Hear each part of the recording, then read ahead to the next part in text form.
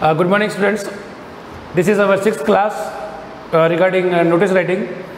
In previous class, we had learned about the formats, following lines, starting lines, and even I had showed you a notice made by me as an example. आज जो मैं बताने वाला हूँ वो इसको आपको ये समझना है कि ये वो लाइन्स है जो आप एक्स्ट्रा नोटिस में कैसे डाल सकते हैं, ठीक है। तो इसके बारे में आप स्टार्ट करते हैं। मैं लिखता जा रहा हूँ और साथ में बोलता जाऊँगा और वीडियो के लास्ट में मैं स्क्रीन से हट के आपको दिखा दूँगा। तो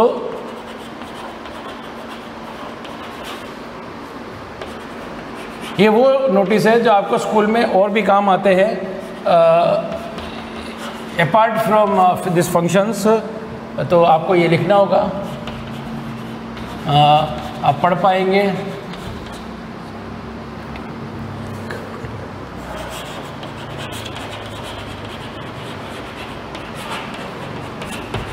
जैसे मैंने अभी यहाँ पे लिखा है, आप पढ़ पा रहे हो, tomorrow will be holiday on the account of Mahavir जयंती।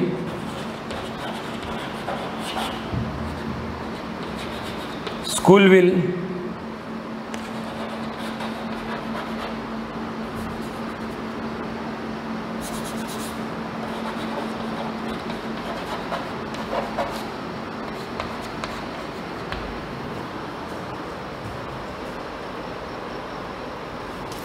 ये आप देख पा रहे हैं इसमें,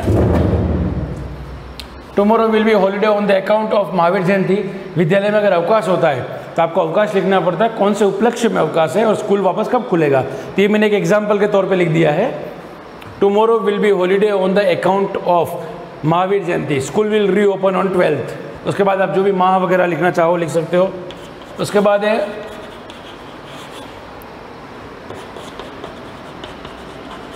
ये नोटिस आपके पास अक्सर आता है, school timing will change from 1 अक्टूबर। 1 अक्टूबर से टाइम चेंज हो जाएगा।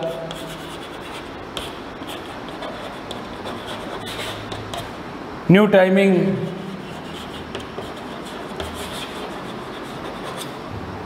विल बी फ्रॉम, अब एक बार इसमें आगे आएगा 8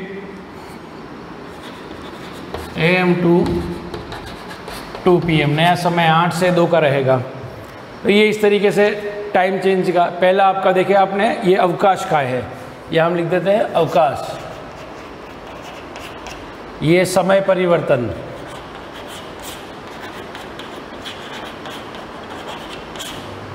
ठीक है। इस तरीके से ये दो आप देख रहे हैं। उसके बाद में परीक्षा संबंधी आप देखिए, 1st, 2nd, 3rd,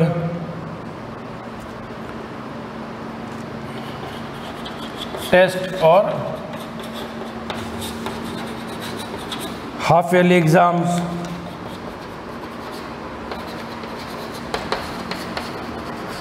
will start from, यहाँ पे आप डेट लिख सकते हो। अब खास बात क्या है कि इसमें प्रिंसिपल क्या लिखते हैं, no leave will be granted during the exams, during the exams. और एक जो फीस संबंधी सूचना होती है, शुल्क संबंधी, वो आपको लिखनी है ना। Students must deposit due fees before the completion of current session। अब इसके अंदर नोटिस जो होगा वो आपका नोटिस प्रारंभ किससे होगा, नोटिस प्रारंभ आपका हो जाएगा, all the students are inform that ये आपकी एक बेस लाइन रहेगी, उसके बाद में ये पूरा नोटिस हो जाएगा। ये वो नोटिस है जो कार्यक्रम से संबंधित नहीं है, ये आप देख पा रहे हैं यहाँ पे, ये अवकाश से संबंधित है, ये स्कूल का टाइम चेंज हो जाता है उससे संबंधित है, ये परीक्षा की सूचना संबंधित है, ये first test, second test, third test, half yearly, और ये नोटिस आपके पास समय समय आते रहते हैं। जैसे ये वाला अवकाश वाला, ये वर्ष में कितनी बार आपके पास आता है ना। जैसे इसमें होता है कि कल दिनांक इसका अवकाश रहेगा, विद्यालय पुनः इस तारीख को से संचालित होगा या खुलेगा, ये अवकाश हो गया। दूसरा समय परिवर्तन का, अपने यहाँ पे स्कूल में तो नहीं है लेकिन सरकारी जो गवर्नमेंट स्कूल्स है उसमें टाइम चेंज होता रहता है, तो टाइम चेंज की भी इन्फॉर्मेशन देनी पड़ती है। एग्ज़ाम का ये आपके पास आता ही है, प्रथम टेस्ट, द्वितीय टेस्ट, तृतीय टेस्ट, अर्धवार्षिक। और ये फीस संबंधी कि students must deposit due fees before completion of current session, वर्तमान सेशन के समापन से पहले फीस जमा करानी है। इन सब के नीचे साइन जो होगा वो प्रिंसिपल ही करेगा। ओके, प्रिंसिपल ही रिस्पॉन्सिबल होता है इस तरह के स्ट्रिक्ट नोटिस, इसको स्ट्रिक्ट नोटिस कहते हैं, जो कठोर भाषा में या सीधी भाषा में सीधे बोले जाते हैं। तो ये आप एक बार इसको नोट कर लीजिए। मैं एक बार वीडियो से हट जाता हूँ और एक बार वापस पूरा मैं रीडिंग कर लूँगा। मैं रीडिंग इसलिए करूँगा ताकि आपको अगर कोई चीज़ अगर वीडियो में नज़र नहीं आ रहा है बोर्ड, तो आप उसको सुन करके भी उसको देख सकते हैं। इस लाइन को मैं हटा देता हूँ, आप देख लीजिए, ठीक है। तो अभी मैं एक बार वापस बोर्ड से हट करके अभी मैं बोलूँगा, tomorrow will be holiday on the account of. On the account of का मतलब होता है उपलक्ष्य में। जैसे इसमें लिखा है महावीर जयंती, तो ये ऑप्शनल है, आप चाहे जो यहाँ पर छुट्टी का बनाना चाहो वो लिखा जा सकता है। फिर है school timing will change from 1 अक्टूबर, या कोई भी तारीख लिखी जा सकती है जो एग्ज़ाम में पूछी गई हो उस तारीख से। New timing will be from 8 AM to 2 PM। फिर परीक्षा का आ जाता है, first test, second test, third test, half yearly exams will start from, कौन सी तारीख से शुरू होते हैं, है ना। No leave will be granted during the exams, परीक्षा के दौरान कोई छुट्टी नहीं दी होगी। उसमें एक और लाइन लिखी जा सकती है, प्रिपरेशन लीव।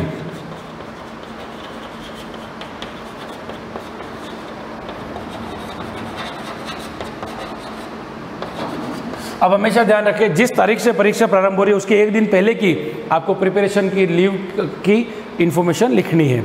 और ये लास्ट वाला है, ये फीस वाला, students must deposit due fees before the completion of current session, तो अपने सत्र पूरे होने से पहले फीस जमा करानी है, ठीक है। तो इस तरीके से आप देख लीजिए, ये नोटिस राइटिंग था, सारे जितने भी फॉर्मेट है कार्यक्रम से संबंधित वो हमने पढ़ लिए, सूचनार्थ, छात्र संघ के, इस तरीके से आप और भी बना करके एग्जाम्पल्स की प्रैक्टिस कर सकते हैं। अगली क्लास में हम लोग जो स्टार्ट करेंगे that will be invitation writing, निमंत्रण कैसे लिखते हैं विद्यालय का। तो अगली क्लास हम उससे स्टार्ट करेंगे। तब तक इसका सारी लाइंस को नोट कर लीजिए, एक बार इसका जो स्क्रीनशॉट लेना चाहे तो भी ले लीजिए और इसको अपनी नोटबुक में प्रैक्टिस करना है। Till then, good bye.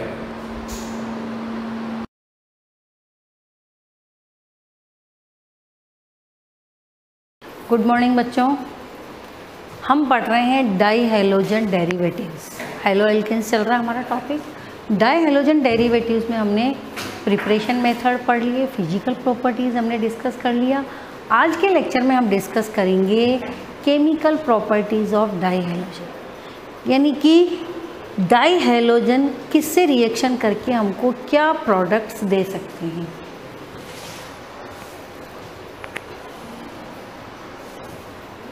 सबसे पहले है जल अपघटन। अगर हम जल अपघटन, जेम डाई हैलाइड का जल अपघटन यानी हाइड्रोलाइसिस, एक्वस KOH यानी जलीय KOH और AgOH के साथ करके कराते हैं तो हमको एल्डिहाइड और कीटोन मिलते हैं। अब ये आपने जो प्रीवियस लेक्चर में डिस्कस किया था कि हम एल्डिहाइड और कीटोन की रिएक्शन किससे करवाते हैं, PCl5 से, तो हमको क्या मिला था, जेम डाई हैलाइड।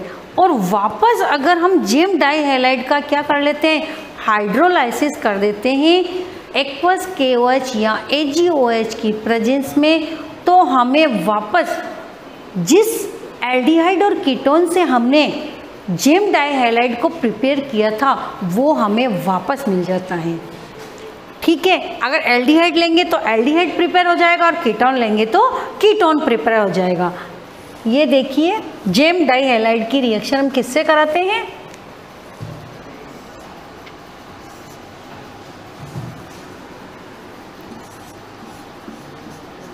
ये जेम डाइहैलाइड ले लीजिए, इसकी रिएक्शन हम एक्वस यानी जलीय, एक्वस KOH या AgOH जलीय, इसको बोलते हैं हाइड्रोलाइसिस। इसकी प्रेजेंस में कराते हैं तो हमको क्या मिलते हैं, एल्डिहाइड और कीटोन।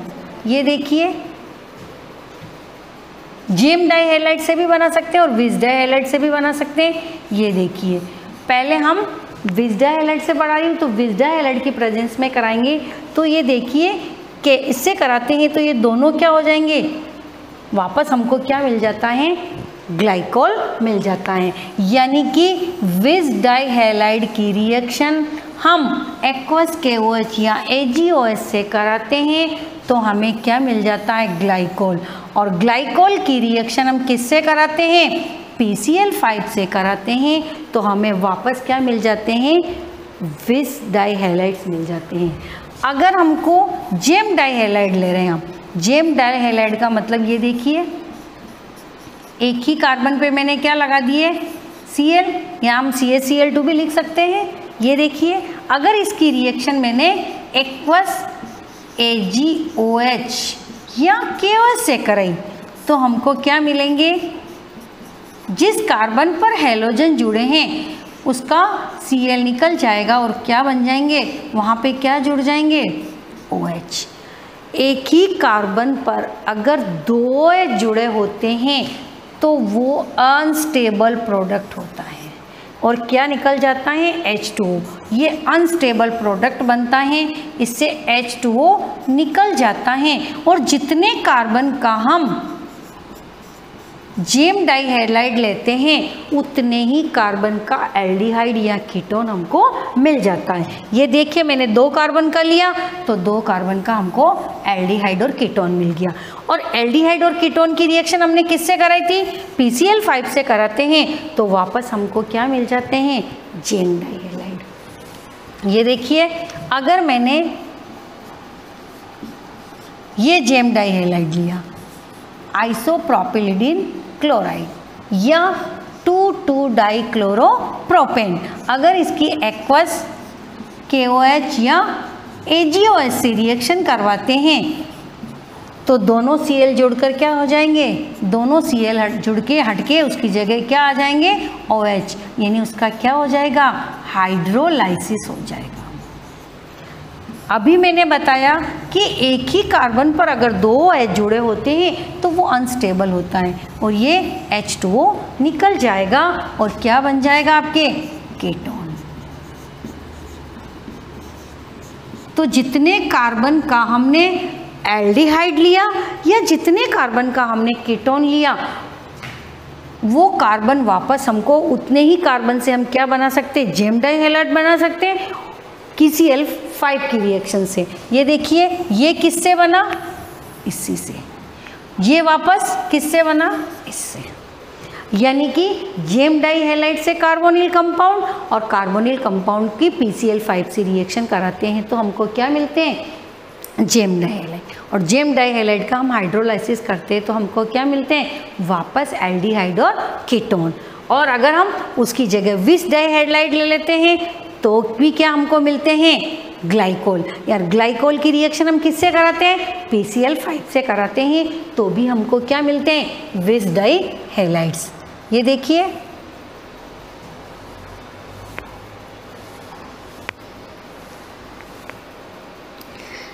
ये देखिए जलीय KOH की रिएक्शन हमने क्या कराई, 1,1-डाइक्लोरोएथेन से कराई, ये अनस्टेबल प्रोडक्ट मिला, एल्डिहाइड मिल गया।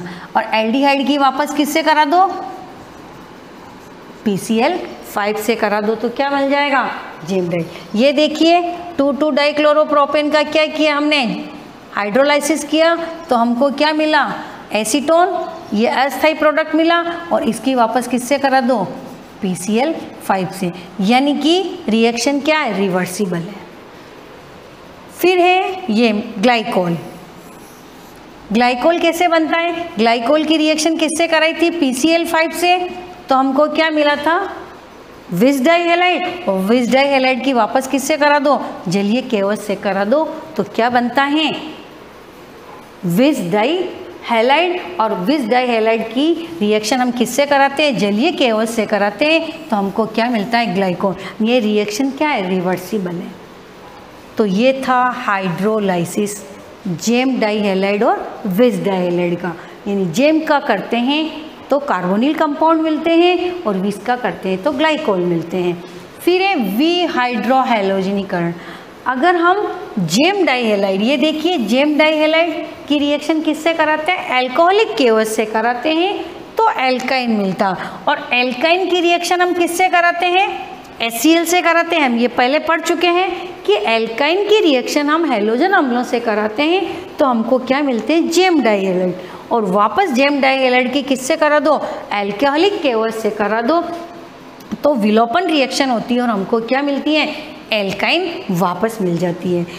अगर हम विस डाई हैलाइड लेते हैं, ये देखिए ये जेम है और ये क्या है, विस है। विस की कराते हैं अल्कोहलिक KOH में तो भी हमको क्या मिलती है, एल्काइन, यानी कि वी हाइड्रोहैलोजिनेशन होता है। ये देखिए आप CH3 Cl, ये क्या है, जेम डाई हैलाइड। इसकी रिएक्शन किससे कराते हैं, अल्कोहलिक KOH एक्वस से कराते हैं तो हाइड्रोलाइसिस होता है, और अल्कोहलिक से कराएंगे KOH से तो क्या होगा, विलोपन रिएक्शन होगी, यानी एलिमिनेशन रिएक्शन होती है। और क्या बनता है, 2 KOH की प्रेजेंस में रिएक्शन होगी, 2 KCl निकल जाएंगे और हमको क्या मिल जाएंगे, ये देखिए CH3, और जितने ये CH3 जितने कार्बन का आप लेंगे उतने ही कार्बन का आपको क्या मिल जाएगा, Cl, और यहाँ पे क्या हो गया O और ये H, एल्डिहाइड। अगर हमने क्या ले लिया, ये सॉरी एल्काइन बनेगा, क्या बनेगा, विलोपन रिएक्शन होगी। ये मैंने प्रतिस्थापन, ये क्या होगा, विलोपन होगा। एक बार इसका Cl और इसका H हटेगा, यानी क्या बनेगा, ये देखिए एक बार बता रही हूँ मैं आपको, इसका H हटा और यहाँ पे डबल बॉन्ड आया, और इसका क्या हटा, Cl हटा और ये H, ये डबल बॉन्ड आ गया। फिर वापस दूसरे मॉलिक्यूल से रिएक्शन होती है KOH से, और क्या बनता है, ये एक H और हट जाता है और यहाँ पे क्या आ जाता है, ट्रिपल बॉन्ड, यानी क्या बन जाती है, और जो को प्रोडक्ट है वो क्या निकल जाता है, HCl। यानी कि अगर हम जेम डाई हैलाइड की रिएक्शन अल्कोहलिक KOH की प्रेजेंस में कराते हैं तो एलिमिनेशन रिएक्शन होती है, और जितने कार्बन का हम जेम डाई हैलाइड यूज़ करते हैं उतने ही कार्बन की हमको एल्काइन मिलती है। ये देखिए एथाइन, अगर इसकी जगह आपने ये ले लिया OH, इसकी भी हम किससे प्रेजेंस में कराएंगे, ये भी विस डाई हैलाइड है, इसकी भी हमने अल्कोहलिक KOH की प्रेजेंस में रिएक्शन कराई तो भी विलोपन रिएक्शन होगी। और एक बार क्या होगा, दोनों ये सॉरी Cl होगा, विस डाई हैलाइड्स यूज़ कर रहे हैं हम, यहाँ पे भी हम विस डाई हैलाइड यूज़ कर रहे हैं, तो विस डाई हैलाइड्स की रिएक्शन, ये जेम डाई हैलाइड और ये विस डाई हैलाइड, इसकी रिएक्शन हम अल्कोहलिक KOH की प्रेजेंस में कराते हैं। एक बार इसका Cl, इसका H, एक बार इसका Cl और इसका H विलोपित होते हैं और हमको क्या मिलती हैं, सेम वैसे ही रिएक्शन होगी। एक बार यहाँ से HCl निकाला, ये बनेगा, और दूसरी बार भी आपको क्या बनेगी, एक बार डबल बॉन्ड बनेगा और दूसरी बार में क्या आ जाएगा, ट्रिपल बॉन्ड। यानी 2 मॉलिक्यूल्स ऑफ HCl का क्या होता है, एलिमिनेशन होता है। तो कोई भी जेम डाई हैलाइड या विस डाई हैलाइड की अल्कोहलिक KOH की प्रेजेंस में रिएक्शन करवाते हैं तो एलिमिनेशन रिएक्शन होती है, और 2 मॉलिक्यूल्स जो होते हैं हैलोजन एसिड्स एलिमिनेट होते हैं और हमको क्या मिलती है, एल्काइन मिलती हैं। अब ये आपके हो गया वी हाइड्रोहैलोनिजेशन, हाइड्रोजन भी और हैलोजन भी क्या हो गए, एलिमिनेट। अब केवल वी हैलोजिनेशन, केवल हैलोजन निकलना। अगर कोई भी जिंक की प्रेजेंस में हम रिएक्शन कराते हैं तो दुगनी संख्या वाली हमको क्या मिलती है, एल्कीन मिलती हैं। ये आप देखिए,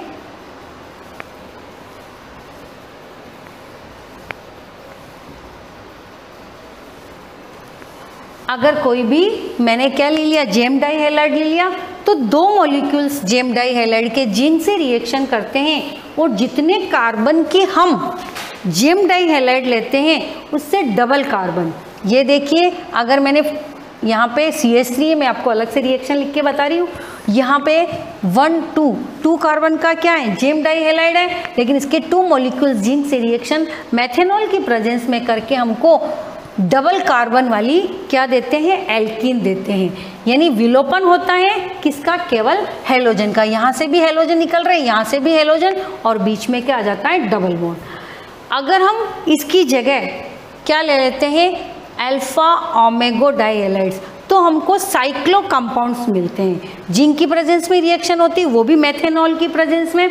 तो जो जेम देते हैं, विस नहीं, ये रिएक्शन नहीं देते हैं, केवल विस देते हैं, लेकिन उसमें केवल एल्कीन बनती है। तो आप देखिए डिफरेंस आपको दिख रहा है, मैं अलग से आपको समझा देती हूँ। ये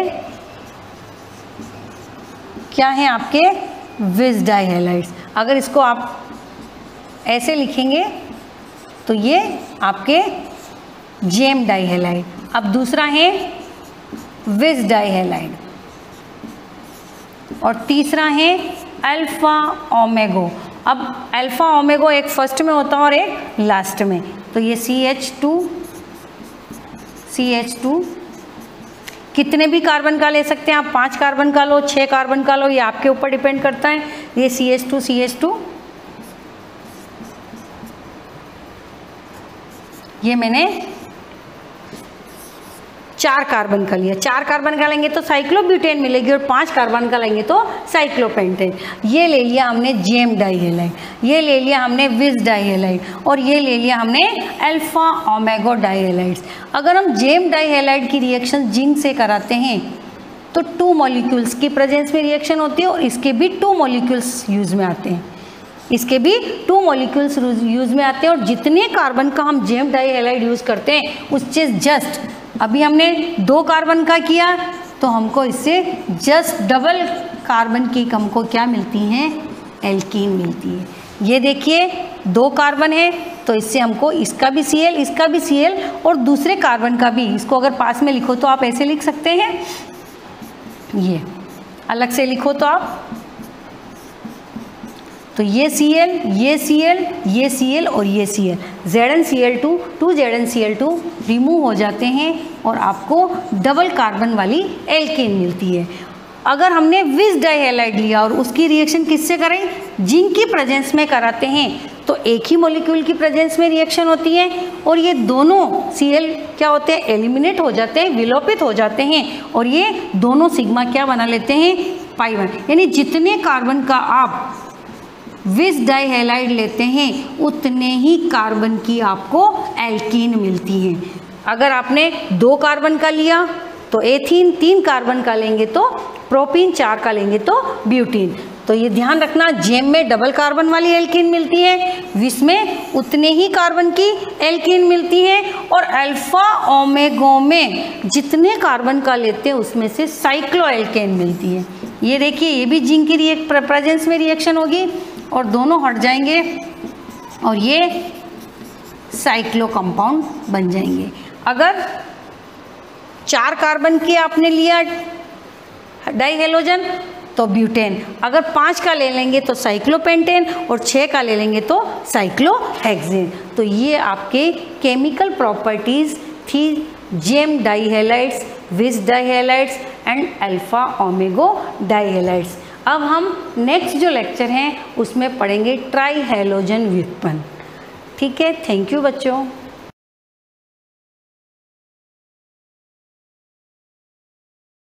गुड मॉर्निंग। आज का हमारा जो टॉपिक है वो बोर्ड के हिसाब से इंपॉर्टेंट है, क्योंकि लास्ट पेपर आप बोर्ड के पेपर देख लेना, 19 का देख लेना, 18 का या 17 का, उसमें दे रखा है कि right any two basic properties of electric charge, यानी 2 नंबर का क्वेश्चन आया था।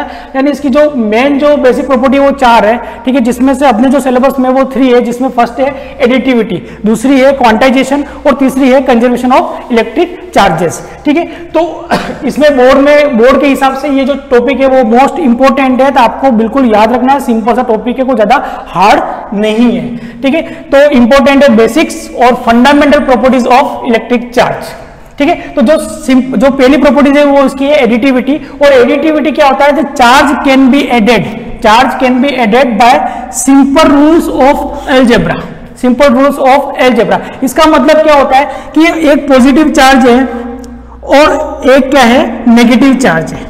अगर ये दोनों जो ऐड होंगे वो सिंपल अलजेब्रा का जो रूल है उसके हिसाब से ऐड होंगे, तो प्लस का चार्ज और माइनस का चार्ज जब दोनों ऐड हो जाएंगे तो नेट चार्ज कितना हो जाएगा, 0। तो ये सिंपल अलजेब्रा का रूल है कि जैसे कि हमारे पास ये एक बॉडी है, ये एक बॉडी है, इसको हमने चार्ज दिए, इसको हमने चार्ज दिए कि जैसे कि हमने इसको चार्ज दिया 1 कूलम चार्ज, ठीक है। बाहर से कोई दूसरा आया, उसने इसको चार्ज दे दिया 3 कूलम चार्ज, ठीक है। और कोई आया जिसने इसको चार्ज दे दिया माइनस का 2 कूलम चार्ज, ठीक है। और कोई आया, ठीक है, उसने और चार्ज दे दिया, और ये वो चार्ज दे दिया कि 5Q। तो 1Q चार्ज दिया, एक बार 4Q चार्ज दिया, एक बार -2Q चार्ज दिया, एक बार 3Q चार्ज दिया, और एक और चार्ज दे देते अपन कि ये इसको दे दिया कि माइनस का 2Q चार्ज और दे दिया। अब इस बॉडी के पास जो नेट चार्ज होगा वो कितना होगा, तो इस नेट चार्ज को निकालने के लिए हम सिंपल किसका रूल करेंगे, अलजेब्रा का यूज करेंगे। सिंपल अलजेब्रा का जो रूल है हमारे पास, उसी रूल्स को हम यूज करेंगे। तो हम जानते हैं कि प्लस के चार्ज इसके पास कितने हैं, तो +1Q +4Q +3Q, टोटल कितना हो गया 7 और 8Q, यानी प्लस के कितने हो गया हमारे पास 8Q चार्ज हो गया, और माइनस के कितना हो गया 2 और 2 कितना हो गया 4, तो यानी माइनस के कितने Q है 4Q,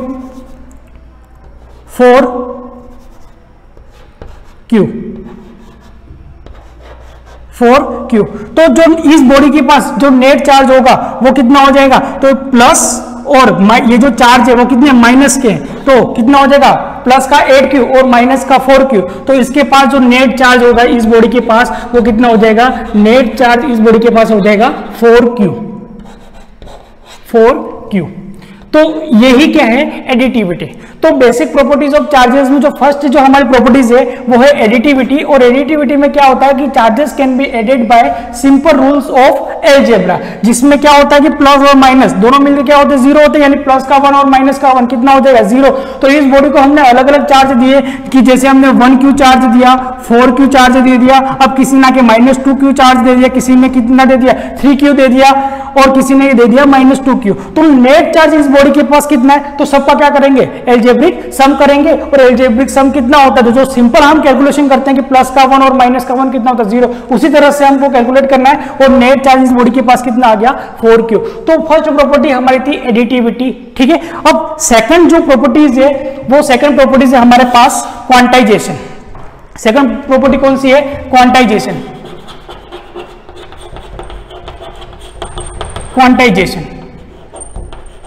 ठीक है। तो फर्स्ट प्रॉपर्टीज है हमारे पास एडिटिविटी, और जो सेकंड प्रॉपर्टीज है इलेक्ट्रिक चार्ज की वो है क्वांटाइजेशन। और क्वांटाइजेशन का मतलब ये होता है कि किसी भी चीज की क्वांटिटी डिसाइड करना, किसी भी चीज की क्वांटिटी डिसाइड करना। तो यहां क्वांटाइजेशन में हम क्या करेंगे कि जैसे ये बॉडी है, इस बॉडी को हम कितना चार्ज दे सकते हैं वो क्वांटिटी हम क्या करेंगे, डिसाइड करेंगे, और वही क्या है, क्वांटाइजेशन है। तो हमने देखा स्टार्टिंग में, शुरू में हमने देखा कि जो चार्ज है वो क्या है, तो इलेक्ट्रिक चार्ज इंटीग्रल पार्ट है। क्या है, इंटीग्रल पार्ट है। किसका इंटीग्रल पार्ट है, तो मटेरियल का इंटीग्रल पार्ट है, यानी चार्ज मटेरियल के बिना आपको चार्ज कहीं पर भी बाहर मिलेगा नहीं। यानी जो चार्ज होता है वो किसके ऊपर होता है, तो मटेरियल के ऊपर होता है। किसके ऊपर होता है, मटेरियल के ऊपर होता है। चार्ज को आप अलग से सेपरेट नहीं कर पाते, ठीक है, क्योंकि चार्ज क्या होता है, मटेरियल के ऊपर होता है। मटेरियल है तो चार्ज है। तो हमने देखा कि अगर इस बॉडी को हमको चार्ज देना है तो हम कैसे देंगे, तो चार्ज देने के लिए क्या करना पड़ेगा, तो हम मटेरियल का ट्रांसफर करेंगे। किसका ट्रांसफर करेंगे, मटेरियल, क्योंकि विदाउट विदाउट मटेरियल चार्ज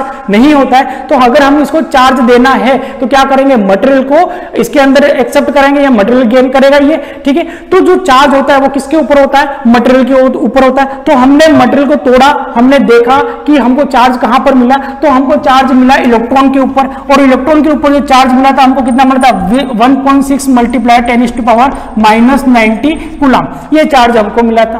तो हमने देखा कि मटेरियल को हमने तोड़ा तो सबसे छोटा मटेरियल कौन सा मिला हमको, इलेक्ट्रॉन सबसे छोटा, क्योंकि उससे छोटा तो कोई होता नहीं। अभी वैसे रिसर्च चल रही है, गोल्ड पार्टिकल है जो इलेक्ट्रॉन से भी छोटा पार्टिकल है, ठीक है, पर अभी उसके बारे में हमारे सिलेबस में ऐड नहीं है। तो अभी हम जानते हैं कि सबसे छोटा पार्टिकल कौन है, सबसे छोटा मटेरियल कौन है, तो सबसे छोटा मटेरियल कौन है, इलेक्ट्रॉन। और इलेक्ट्रॉन के ऊपर जो चार्ज होता है वो कितना होता है, 1.6 मल्टीप्लाई 10⁻⁻90 कूलम।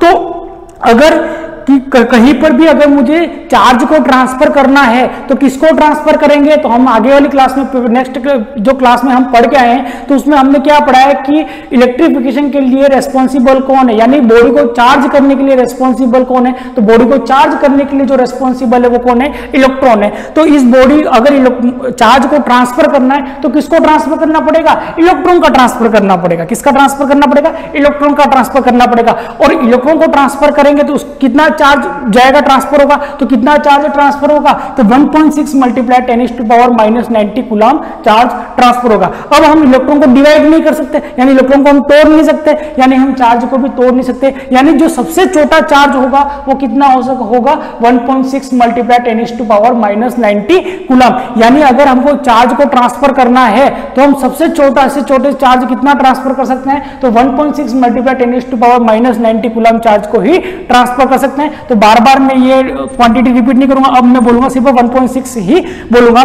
तो जैसे कि आपने बोला कि इस बॉडी को 2 चार्ज दे दो, इस बॉडी को 2 चार्ज दे दो, तो हम इस बॉडी को 2 चार्ज नहीं देंगे, नहीं दे सकते। क्यों नहीं दे सकते, क्योंकि हम इसको 1.6 दे सकते हैं, फिर इसको 1.6 दे सकते हैं, क्योंकि हमारे पास अगर हमने इस बॉडी को, अगर ये बॉडी है, अगर आपने कहा कि सर इसको 2 चार्ज दे दो, कितने चार्ज दे दो, 2 चार्ज दे दो, तो 2 चार्ज हम नहीं दे सकते, क्योंकि हम सबसे छोटा चार्ज कितना दे सकते हैं, तो 1.6 ही दे सकते हैं। कितना दे सकते हैं, 1.6 दे सकते हैं। तो 1.6 हमने दे दिया, ठीक है, तो 1.6 दे दिया। अब आप कितना कह रहे हो, 2 दे दो, तो 2 हम नहीं दे सकते, क्योंकि नेक्स्ट हम जो देंगे इसको फिर वो भी कितना देंगे, 1.6। तो 1.6 और 1.6 कितना हो जाएगा, 3.2, कितना हो गया, 3.2 हो गया। तो हम जो इसको चार्ज देंगे वो स्टेप में देंगे, और सबसे छोटी जो हमारे पास स्टेप है वो कितनी है, 1.6 की स्टेप है। कितनी है, 1.6 की स्टेप है, यानी 1.6, 1.6, 1.6 में हम दे सकते हैं। हम कंटिन्यूस इसको चार्ज नहीं दे सकते कि जैसे हमने 1 दे दिया, 2 दे दिया, 3 दे दिया, 4 दे दिया, ऐसे कंटिन्यूस हम इसको चार्ज नहीं दे सकते। हम इस बॉडी को जो चार्ज देंगे वो किस में देंगे, स्टेप में देंगे, यानी 1.6 की स्टेप, फिर 1.6 की स्टेप, फिर 1.6, फिर 1.6, फिर 1.6, यानी फाइनली पहुंचना हमको यहीं पर है, पर हम कंटिन्यूस इसको नहीं दे सकते। हम कितनी स्टेप में दे सकते हैं, 1.6, 1.6, 1.6, 1.6 ही हम दे सकते। यानी आप बोलोगे सर 2 दे दो, तो 2 नहीं दे सकते, 1.6 दे सकते, और इसके बाद कितना दे सकते हैं, 3.2 दे सकते हैं, और इसके बाद कितना दे सकते हैं, तो 4.8 दे सकते हैं। तो ऐसे ही हम किसी भी बॉडी को चार्ज दे सकते हैं, क्योंकि हम देखते हैं कि चार्ज देने के लिए रेस्पॉन्सिबल कौन है, तो रेस्पॉन्सिबल इलेक्ट्रॉन है। तो अगर आप बोलोगे सर इस बॉडी को 2 चार्ज दे दो, तो 2 चार्ज हम नहीं दे सकते, क्योंकि हमारे पास सबसे छोटा मटेरियल कौन है, इलेक्ट्रॉन है, और इलेक्ट्रॉन के ऊपर चार्ज कितना है, 1.6, यानी सबसे छोटा चार्ज हमारे पास कितना है, 1.6, यानी इस बॉडी को हम 1.6 दे सकते हैं, फिर 1.6 दे सकते हैं, फिर 1.6 दे सकते हैं, पर हम इसको एक साथ 2 चार्ज नहीं दे सकते। यानी हमको जो चलना है वो 1.6 और 1.6 की स्टेप में ही आगे बढ़ना है। तो जो चार्ज होता है वो क्या होता है, कंटिन्यूअस क्वांटिटी नहीं है। क्या है, कंटिन्यूअस क्वांटिटी नहीं है। तो हम इसके बारे में लिख लेते हैं कि क्वांटाइजेशन ऑफ इलेक्ट्रिक चार्ज क्या होता है। तो क्वांटाइजेशन ऑफ इलेक्ट्रिक चार्ज क्या होता है, तो इसके बारे में, तो electric charge is not a continuous quantity. Continuous quantity, क्यों कंटिन्यूअस क्वांटिटी, क्योंकि हम इसको स्टेप में दे सकते हैं, कंटिन्यूअस नहीं दे सकते, 1, 2, 3, 4 ऐसे नहीं दे सकते। कैसे दे सकते हैं, हम इसको स्टेप में दे सकते हैं, यानी 1.6, 1.6, 1.6। तो electric charge is not a continuous quantity, but, ठीक है, तो ये क्या है, कंटिन्यूअस क्वांटिटी नहीं है, but it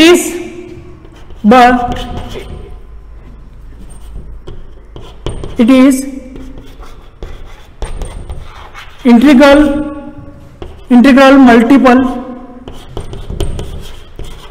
multiple of charge on one electron, integral multiple of charge on one electron. ठीक है, तो जो इलेक्ट्रिक चार्ज है is not a continuous quantity but it is integral multiple of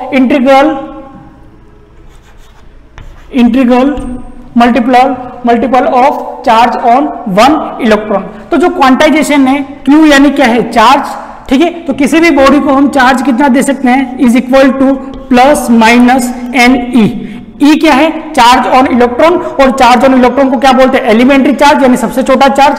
और ई की वैल्यू कितनी है, तो ई इज इक्वल टू हम जानते हैं कितना 1.6 मल्टीप्लाई 10⁻⁻90 कूलम। एन क्या है, एन इंटीजर है, एन यानी क्या है, इंटीजर, और एन की वैल्यू कितनी है 1 2 3 4। ठीक है, तो हम किसी भी बॉडी को चार्ज देंगे तो कैसे देंगे, 1 इलेक्ट्रॉन दे दिया इसको, तो जैसे 1 इलेक्ट्रॉन दे दिया इसके पास चार्ज कितना हो गया, 1.6 हो गया। ठीक है, अब सेकंड इसको और चार्ज करना है, तो इसको हमने 2 दे दिया, तो जैसे 2 पुट करेंगे तो यहां पर क्या हो जाएगा, तो जैसे हमने किसी भी बॉडी को चार्ज दिया, जैसे हमने चार्ज दिया 1 इलेक्ट्रॉन, तो Q इज इक्वल टू क्या हो जाएगा, प्लस माइनस। ठीक है, तो हमने जो इसको चार्ज दिया वो कितना दिया, 1 इलेक्ट्रॉन, तो इलेक्ट्रॉन कौन सा है, माइनस में, नेगेटिव चार्ज दिया हमने, तो नेगेटिव चार्ज दिया तो कितना हो जाएगा, तो ये Q इज इक्वल टू इसके पास हो जाएगा 1.6 यानी माइनस का, क्योंकि नेगेटिव चार्ज दिया हमने 1.6 मल्टीप्लाई 10⁻⁻90 कूलम। ठीक है, अगर हम 2 चार्ज देंगे तो 2 की वैल्यू पुट कर देंगे यहां पर, तो यहां पर 1 की जगह क्या पुट करेंगे, 2 पुट करेंगे, इंटीजर कितना है 1 2 3 और 4 में ही हम दे सकते हैं, क्योंकि जो चार्ज होता है, जो इंटीजर नंबर होता है, वो कभी भी पॉइंट और डेसिमल में नहीं होता है। जो पॉइंट और डेसिमल में नहीं होता है, तो जो नेक्स्ट अगर इसको चार्ज देंगे वो कितना देंगे, 2 देंगे। ठीक है, तो 2 के लिए कितना हो जाएगा, तो Q is equal to plus minus, तो हमने दे दिया प्लस का दे दिया, जैसे +2 दे दिया तो +2E हो गया। ठीक है, और E की वैल्यू कितनी है, तो 1.6 मल्टीप्लाई 10⁻⁻90 कूलम, तो कितना हो जाएगा, Q इज इक्वल टू कितना होगा, 2 मल्टीप्लाई 1.6 कितना हो गया, ये हो गया 3.2 हो गया, 3.2 मल्टीप्लाई 10⁻⁻90 कूलम। ठीक है, तो इसको और आगे अपन सोल्व कर सकते हैं। तो किसी भी बॉडी को हम चार्ज देंगे वो किस में देंगे, हम स्टेप में देंगे, यानी 1.6 1.6 1.6 में। और यही क्या है, क्वांटाइजेशन ऑफ इलेक्ट्रिक चार्ज। तो क्योंकि इलेक्ट्रिक चार्ज है वो कंटिन्यूअस क्वांटिटी नहीं है, वो क्या है, integral multiple of charge on 1 electron. ठीक है, तो 1 इलेक्ट्रॉन कितना होता है, तो फॉर्मूला जो बन गया क्वांटाइजेशन का वो बन गया Q is equal to plus minus N e. तो Q is equal to plus minus N e. N क्या है, इंटीजर है, और इसकी वैल्यू कितनी है 1 2 3 4 5 6 डैश डैश डैश आगे चलता रहेगा, और इसकी वैल्यू कभी भी किसमें, पॉइंट और डेसिमल में नहीं आएगी। तो मैं अगर आपको यहां पर एक क्वेश्चन दूं कि किसी भी बॉडी को चार्ज देना है, अलग अलग चार्ज की वैल्यू पुट करूंगा, और उसमें आपको निकालना है कि क्या किसी भी बॉडी को इतना चार्ज दे सकते हैं या नहीं। तो जैसे कि एक क्वेश्चन है,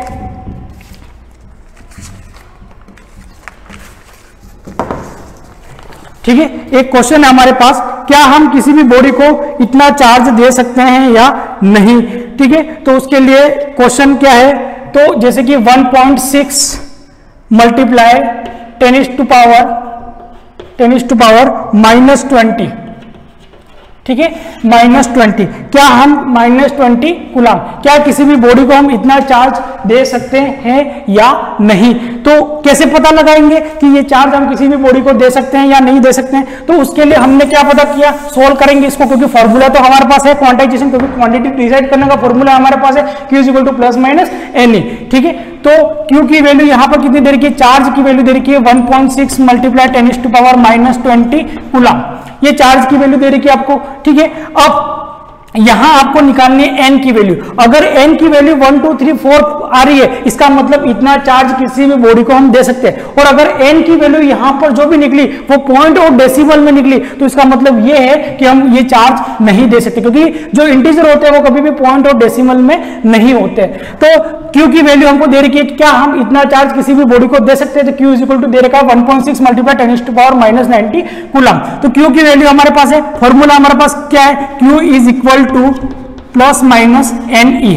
E की वैल्यू हमको पता है, तो हमको वैल्यू किसकी निकालनी है, n की। जब Q की वैल्यू आपको पता है, E की वैल्यू आपको पता है, तो n की वैल्यू आप फाइंड आउट कर सकते हो। कैसे करेंगे, तो Q की वैल्यू पता है 1.6 multiply 10⁻⁻20 is equal to, E की वैल्यू हमको पता है, n की वैल्यू हमको नहीं पता है, n की वैल्यू हमको फाइंड करना है, n को एज इट इज लिख दिया, मल्टीप्लाई E की वैल्यू कितनी है 1.6 मल्टीप्लाई 10⁻⁻90, 10⁻⁻ कितना हो गया -90 हो गया। अब इसको सोल्व कर देंगे, चेंज करेंगे, तो जैसे ये मल्टीप्लाई में इधर आके क्या हो जाएगा, डिवाइड में हो जाएगा, तो n इज इक्वल टू क्या हो जाएगा 1.6 मल्टीप्लाई 10⁻⁻20 और नीचे क्या हो जाएगा 1.6 मल्टीप्लाई 10⁻⁻90। ठीक है, तो क्या हो जाएगा, इसको सोल्व कर लेंगे, तो इसको सोल्व करेंगे, अगर ये ऊपर चला गया 10⁻⁻19 ऊपर चला गया, तो ऊपर क्या बचेगा, तो ऊपर क्या बचेगा, अगर ये मल्टीप्लाई में चला गया यहाँ पर कि 10⁻, तो जैसे ही यहाँ पर माइनस है, ऊपर जाके क्या हो जाएगा प्लस हो जाएगा, ये ऊपर जाके प्लस हो जाएगा, ये इससे इसको काट दो, तो जो वैल्यूज आएगी, क्या वो वैल्यूज आपको चेक करनी है, इसको सोल्व तो आपको करना है। ठीक है, क्योंकि यहाँ समय की कमी है, तो इसको मैं वापस अच्छे से लिख लेता हूँ। जैसे 1.6 मल्टीप्लाई 10⁻⁻20 और डिवाइड में आ गया 1.6 मल्टीप्लाई 10⁻⁻90, इसको सोल्व कर दो। अगर जो n की वैल्यू आती है वो 1 2 3 4 5 6 में आती है, ठीक है, तो वो क्या होगा, इतना चार्ज हम किसी भी बॉडी को दे सकते हैं। अगर जो वैल्यूज आती है, अगर वो पॉइंट और डेसिमल में आती है, इसका मतलब वो चार्ज हम नहीं दे सकते। और इसके जो क्वेश्चन है वो आपको ग्रुप में मिल जाएंगे, वो क्वेश्चन आपको सोल्व करने हैं, और अगर आपसे नहीं होते हैं तो ग्रुप में मुझे पूछिएगा, मैं आगे क्लास में आपको सोल्व करके बताऊंगा। थैंक यू, धन्यवाद। नेक्स्ट आगे क्लास में।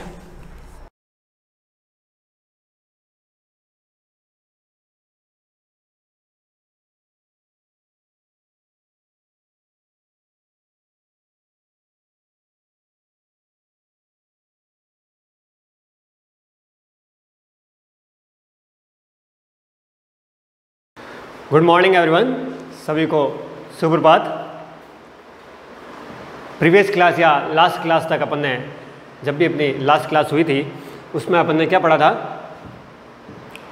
भोजन के पाचन की जो प्रक्रिया चल रही थी उसके अंतर्गत अपन ने बड़ी आंत के बारे में पढ़ा था, या लार्ज इंटेस्टाइन का टॉपिक था, तो आपने उसके अंदर पढ़ लिया था। और लार्ज इंटेस्टाइन के अंदर क्या पढ़ा था अपने, सीकम, कोलन और रेक्टम, इन तीनों चीज़ों की बात करी थी। और तीनों के बारे में बताया था। सीकम के बारे में क्या बताया, एक पेशी थैलेनोमा भाग है ना, उसके अलग अलग कार्य बताए थे कि वो उसके अंदर अंगुलीनुमा प्रवर्ध पाए जाते हैं, जिसे अपन क्या बोलते हैं, अपेंडिक्स बोलते हैं, है ना।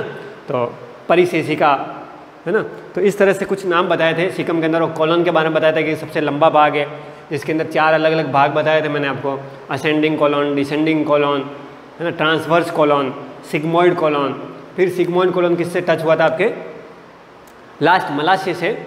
और मलाशय के बाद अपन ने पढ़ा था गुदा नाल या गुदा द्वार, जो गुदा नाल के द्वारा गुदा द्वार से जुड़ा देता था। और गुदा द्वार के अंतर्गत अपन ने अंतिम भाग आहार नाल का पढ़ लिया था, वो क्या था, गुदा या गुदा द्वार, जिसके माध्यम से अपशिष्ट पदार्थों को हम बाहर त्याग देते हैं। और उसी के अंदर एक नोट डाला था अपन ने, और कुछ इंपॉर्टेंट चीज़ पढ़ी थी, जिसको अपन ने बोला था पवासीर या पाइल्स या भगंदर, ऐसी कुछ चीज़ आई थी, जिसके अंदर बताया था कि गुदा द्वार का अंतिम छोर जो होता है वो फूल के बड़ा हो जाता है, तो वो पाइल्स के रूप में जाना जाता है, बवासीर जिसे हम कहते हैं। इस चीज़ों के बारे में अपन ने कल तक डिस्कस कर लिया था। और कुछ नाम आए थे इसके अंदर, होस्ट्रा या फिर तीनिया कोलाई, ऐसे कुछ नाम आए थे जो इनको भी अपन ने समझ लिया था। तो पाचन की प्रक्रिया के अंदर अपन ने बहुत सारे ऐसे खाद्य पदार्थों को पचा लिया था, जिसके अंदर क्या क्या किया था आपने, एक तो असिमिलेशन किया था, पचा लिया था या डाइजेस्ट कर लिया था छोटी आंत और बड़ी आंत के द्वारा। और अपन जानते हैं बड़ी आंत में किन किन चीज़ों का पाचन किया था अपन ने, एक तो जल का अवशोषण किया था, है ना, और कुछ विटामिन जैसे के, विटामिन के यानी जो लौह तत्व होता है या जिसे रुधिर का थक्का बनाने में हेल्प की जाती है, वो विटामिन के भी इसके अंदर पचाव की शक्ति रखता है। कौन, बड़ी आंत या कॉलोन, बड़ी आंत का भी कॉलोन पार्ट। तो ये सारी चीज़ें अपन ने बड़ी आंत के अंदर पढ़ ली थी। अब अपन 2 चीज़ें पढ़ चुके हैं, एक तो पढ़ लिया था अंतःग्रहण पहली, दूसरी पाचन, तीसरा अवशोषण, है ना। अपन ने जब स्टार्ट किया था लेसन को तब 5 प्रक्रियाएं बताई थी पाचन की, जो पूरी अपने को इस लेसन के अंतर्गत से पढ़नी है, ठीक है। अवशोषण, अंतर्ग्रहण, पाचन, अवशोषण, फिर क्या आएगा, पाचन अवशोषण के बाद एसिमिलेशन या जिसे अपन क्या बोलते हैं, स्वांगीकरण, या एसिमिलेशन, और पांचवा बहिक्षेपण, जिसे अपन क्या कहते हैं, बाहर त्यागना है, रिमूव करना बॉडी से, या इगेशन, ये एसिमिलेशन है ना, ये एब्जॉर्प्शन। ठीक है, तो ये चीज़ें अपन ने पढ़ ली थी। तो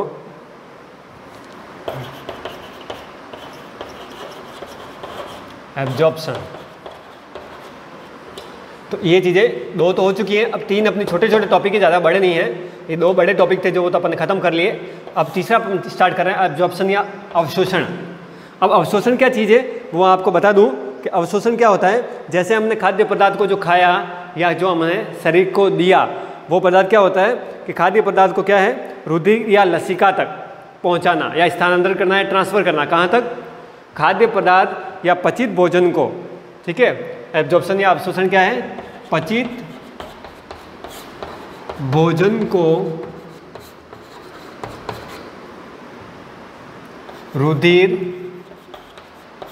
या लसिका तक पहुंचाना, ये क्या कहलाएगा? आपके अवशोषण कहलाएगा। ठीक है, क्या है? अवशोषण। और इस अवशोषण की बहुत ज़्यादा मात्रा, ठीक है, जो अवशोषण कर रहे हैं या एब्जॉर्प्शन कर रहे हैं, उस अवशोषण की अधिकतर मात्रा कहाँ आपकी खत्म हो जाती है? क्षुद्रांत के अंदर या स्मॉल इंटेस्टाइन के अंदर या छोटी आंत के अंदर, स्मॉल इंटेस्टाइन के अंदर अवशोषण की ज़्यादातर मात्रा की जाती है। अवशोषण ज़्यादा यहीं किया जाता है। जब अवशोषण हो जाता है तो अवशोषण होने के बाद अवशोषण क्या किया अपन ने कि जो पचित भोजन था, यानी कि जो सरल भोजन था, पचित भोजन मतलब क्या हो गया कि जो कॉम्प्लेक्स फूड था, है ना, कठिन फूड था, जटिल फूड था, उसको हमने सरल फूड में बदल दिया। अब जटिल को सरल कैसे बदला? कोई सरल तो नहीं हो गया। अपन ने पहली क्लास में ही पढ़ा था कि भोजन की परिभाषा क्या थी या पाचन की परिभाषा क्या थी, डाइजेशन की डेफिनेशन क्या थी कि भोजन को जटिल रूप से सरल रूप में बदलना। ये अपने क्या था? पाचन था। तो जो पचित भोजन है वो क्या है? सरल हो चुका है, सरल अणुओं में विघटित हो चुका है। इन सरल अणुओं को कहाँ भेजना? रुधिर या लसिका तक। रुधिर या लसिका तक भेजने पर क्या होगा कि रुधिर या लसिका के माध्यम से ही कहाँ पहुँचेंगे? हमारी बॉडी के, हमारे शरीर के प्रत्येक कोशिका तक पहुँचेंगे। और जब अपन इसी के आगे ये स्वांगीकरण पढ़ेंगे, असिमिलेशन पढ़ेंगे, तो इसमें क्या आएगा कि रुधिर या लसिका तक पहुंचा हुआ भोजन जब हमारे शरीर में पहुंचने के बाद हर कोशिका तक पहुंचा, तो उन कोशिकाओं को एटीपी के रूप में ऊर्जा की प्राप्ति होती है और उसी ऊर्जा से वो अपने सारे कार्य संपन्न करते हैं। तो ऊर्जा लेना, कोशिका तक पहुंचना और सारे कार्य संपन्न करना, यह आपके स्वांगीकरण के अंतर्गत आएगा। और एब्जॉर्प्शन में क्या आएगा कि उस रुधिर या उस लसिका से, लसिका क्या है? रुधिर का ही भाग है। तो पचित भोजन को या एब्जॉर्बिंग फूड को या डाइजेस्टिव फूड को, जो डाइजेशन हो चुका है उस फूड को, अब डाइजेशन कैसे हुआ देखो मैं बताऊं हमको। जैसे कार्बोहाइड्रेट लिया अपन ने, कार्बोहाइड्रेट खाया था ना, जानते हैं कार्बोहाइड्रेट का पाचन मुख से ही स्टार्ट हो जाता है ना। एमाइलेज वगैरह एंजाइम इसके अंदर कार्य करने लग जाते हैं। टाइलिन पढ़ा था अपन ने, तो ये इसको पचाने के कार्य में लग जाते हैं। तो कार्बोहाइड्रेट किस में बदल जाएगा? ग्लूकोज, गैलेक्टोज और फ्रक्टोज, इन चीज़ों में बदल जाएगा। कौन? कार्बोहाइड्रेट। ये जटिल था, ये हार्ड था, ये सरल। तो ये कॉम्प्लेक्स है यानी जटिल है, और ये क्या है? सरल फूड है यानी कि इजी फूड के अंदर बदल जाएगा। तो कॉम्प्लेक्स का सरल यौगिकों में बदल जाना, जटिल भोजन का सरल में बदल जाना, ये सारे सरल अणु हैं। तो ये इनमें बदल जाना, ये अभी आपका पचित भोजन कहलाता है। ठीक है ना। तो ये पचित भोजन कहाँ पहुँच जाएगा? रुधिर या लसिका तक पहुँचना ही क्या कहलाएगा? आपके एब्जॉर्प्शन कहलाएगा। और ये एब्जॉर्प्शन की प्रक्रिया जो है वो स्मॉल इंटेस्टाइन में ज़्यादातर संपन्न की जाती है। लेकिन कुछ ऐसी चीज़ें होती हैं जो भोजन के साथ, भोजन के अणुओं के साथ, जैसा वसा, वसीय अम्ल, एल्कोहल, ये आपके स्मॉल इंटेस्टाइन में भी बढ़ते हैं। जैसे मैं लिख दूँ आपके वसा या वसी अम्ल, वो वसा में घुलनशील पदार्थ कुछ होते हैं जैसे अल्कोहल वगैरह, तो अल्कोहल हो गया, वसी अम्ल हो गया, ये कहाँ होते हैं? आमाशय के अंदर पचते हैं। ठीक है, ये आमाशय में पचित है, स्टोमक में पचित है ना, तो ये आमाशय से, ये छोटी आंत से, तो कुछ आमाशय में पचित होते हैं, कुछ छोटी आंत में पचित होते हैं, तो वो सारे मिलके कहाँ पहुँच जाते हैं? लसिका या रुधिर तक पहुँच जाते हैं। उसको क्या बोलेंगे अपन? अवशोषण की प्रक्रिया, है ना। और बड़ी आंत में जानते हैं, बड़ी आंत में किसका अवशोषण होता है? जल का अवशोषण, है ना। तो ये अपन ने पढ़ लिया था। अब अवशोषण की जो प्रक्रिया होती है, जो अवशोषण बार बार अपन वर्ड बोल रहे हैं या अवशोषण या एब्जॉर्प्शन बोल रहे हैं, उस अवशोषण की प्रक्रिया, एब्जॉर्प्शन की प्रक्रिया करने वाले कौन होते हैं?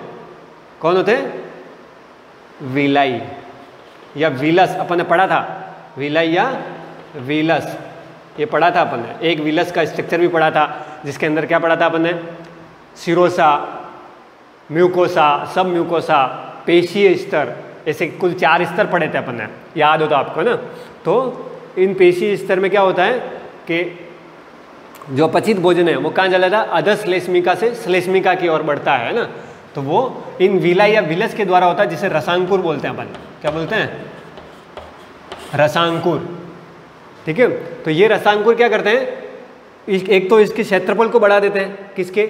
इंटेस्टाइनल एरिया को बढ़ा देते हैं, इंटेस्टाइन के क्षेत्रफल को बढ़ा देते हैं, और क्षेत्रफल बढ़ जाता है 100 गुना, 200 गुना, 500 गुना, ऐसे क्षेत्रफल बढ़ जाता है, तो वो एक एरिया को क्या कर देती है? बढ़ा देती है, इंक्रीज कर देती है, जिसकी वजह से क्या है? अवशोषण की दर को बढ़ावा मिलता है या अवशोषण की दर बढ़ जाती है। मैंने पहले लिखाया था आपको, जब प्रीवियस क्लास हुई थी, अपनी लास्ट क्लास के अंदर पढ़े थे अपन, जब छोटी आंत के बारे में पढ़ रहे थे अपन, तो उसके अंदर विलाई के बारे में या विलस के बारे में अपन ने डिस्कशन किया था। और उसके अंदर क्या डिस्कस करके बताया था मैंने आपको कि विलस क्या करते हैं? उस सतह के क्षेत्रफल को बढ़ा देते हैं, और सतह के क्षेत्रफल बढ़ जाने से क्या होगा? ये एब्जॉर्प्शन की जो रेट है वो भी बढ़ जानी है, यानी अवशोषण की दर बढ़ जाएगी। और जब अवशोषण की दर बढ़ जाएगी, तो अवशोषण की दर बढ़ने से क्या होगा कि जो पाचन शक्ति है, जो डाइजेस्टिव सिस्टम है, वो आपका सही तरीके से कार्य करेगा, और भोजन ज़्यादा से ज़्यादा मात्रा में आपके शरीर को पचित होगा। तो ये क्या था? एब्जॉर्प्शन की प्रक्रिया थी, जिसके अंदर क्या होते हैं? ये लगभग रसांकुर या सूक्ष्मांकुर, क्या बोलते हैं? रसांकुर या सूक्ष्मांकुर या विलाई या विलस, ये क्या कर देते हैं? सतही क्षेत्रफल को बढ़ा देते हैं, जिससे क्या होता है? अवशोषण की दर बढ़ जाती है, और रुधिर कोशिकाओं तक या केशिकाओं तक आराम से वो पहुंच जाता है। ठीक है, फिर अपन बात करते हैं आगे स्वांगीकरण की। किसकी बात करें? स्वांगीकरण की। या अवशोषण को और कुछ समझना है तो आपको बता दूं मैं कि अवशोषण की जो दर है या रुधिर केशिकाओं तक कैसे पहुंचता है वो भोजन, तो पचित भोजन कहाँ पड़ा रहता है। पहले तो थोड़ा सा ये भी समझा दूं मैं, स्वांगीकरण अपन स्टार्ट करें इससे पहले मैं थोड़ा सा आपको अवशोषण को और थोड़ा डीपली में बता दूं, थोड़ा और लिखना चाहें आप इसको डीपली तो थोड़ा और मैं आपको समझा देता हूं कि पचित भोजन है वो कहाँ कैसे आपका पड़ा रहता है। तो जैसे आपके सतही स्तर पड़ा था, मान लो आप बात करें कि आंत की या छोटी आंत की या स्मॉल इंटेस्टाइन की बात करें, तो विलस के अंदर क्या होता है? जैसे अपन ने 4 स्तर पढ़े थे, है ना। तो ये क्या है? खाली भाग है, इसको ऐसे ऐसे बनाते हैं। ठीक है, ये आपका क्या हो गया? शिरोसा स्तर हो गया, सबसे बाह्य स्तर। ये क्या हो गया? पेशी स्तर हो गया। और छोटी आंत में कैसी पेशी होती है? अनुदैर्ध्य या वर्तुल, ये ध्यान रखना है। अनुदैर्ध्य और यानी और वर्तुल पेशियां किस में पाई जाएगी? छोटी आंत में। पेशी स्तर कौन सा? ये वाला। और इसमें कौन सी पेशी होती है? अनुदैर्ध्य या वर्तुल पेशी। और ये शिरोसा हो गया, ये पेशी स्तर हो गया। अंदर वाला क्या हो गया? अधः श्लेष्मिका, जिसे आप क्या बोलते हैं? सब म्यूकोसा। और अंतिम जो होता है वो क्या होता है? म्यूकोसा। ठीक है, जिसे क्या कहते हैं? श्लेष्मिका। तो म्यूकोसा के अंदर क्या होता है? ये पूरा खाली खाली स्पेस होता है। कौन सा? ये वाला जो स्पेस है ये क्या होता है? पूरा खाली होता है। इस खाली स्पेस को क्या बोलते हैं? ल्यूमेन। क्या बोलते हैं? ल्यूमेन। इस ल्यूमेन के अंदर क्या होता है कि पचित भोजन सारा पड़ा रहता है। जो पचित भोजन है वो सारा कहाँ पड़ा रहता है? ल्यूमेन के अंदर। ल्यूमेन के अंदर क्या लिख दूँ? पचित भोजन। तो हमने जितना भी पचित किया या पचाव किया, कैसा पचाव किया था कि हम भोजन में क्या क्या लेते हैं? एक तो मान लो कार्बोहाइड्रेट, प्रोटीन, फैट यानी वसा। तो कार्बोहाइड्रेट लिया तो ग्लूकोज, फ्रक्टोज, गैलेक्टोज इसमें पच जाएगा। प्रोटीन लिया तो पता है प्रोटीन किस में बदलता है? एमिनो एसिड के अंदर। और वसा किस में बदलता है? फैटी एसिड और ग्लिसरॉल में। तो ये क्या था? जटिल अणु है और ये बदल रहे हैं किस में? Amino acid, fatty acid, glycerol. या कार्बोहाइड्रेट किस में बदल जाता है? ग्लूकोज, फ्रक्टोज, गैलेक्टोज इसमें बदल जाता है। तो ये सारे सरल अणु कहलाते हैं। तो इनका भी कुछ अभिगमन पथ होता है, वो अभिगमन पथ भी अपन पढ़ेंगे। तो सक्रिय अभिगमन, निष्क्रिय अभिगमन, सुगम अभिगमन, ऐसे कुछ पथ आएंगे जिसके अंदर क्या होगा? उच्च सांद्रता से निम्न सांद्रता और निम्न से उच्च में अभिगमन होता है। तो अभिगमन जब होता है तो ये कार्बोहाइड्रेट कैसे अभिगमन करेगा? सक्रिय होगा, निष्क्रिय होगा, प्रोटीन सक्रिय होगा, निष्क्रिय होगा, या फैट निष्क्रिय होगा, सक्रिय होगा। तो ये बहुत ज़्यादा डीप चले जाएंगे अपन। तो क्या होता है मैं बता रहा हूँ आपको कि ये जो म्यूकोसा स्तर है इसके अंदर वाला जो भाग है ये खाली होता है, जिसके अंदर पचित भोजन पड़ा रहता है। ये पचित भोजन अपन जानते हैं कि जितनी भी रुधिर वाहिनियाँ होती है, केशिकाएं होती हैं, वो कैसी होती है? जैसे मैं बता दूं आपको,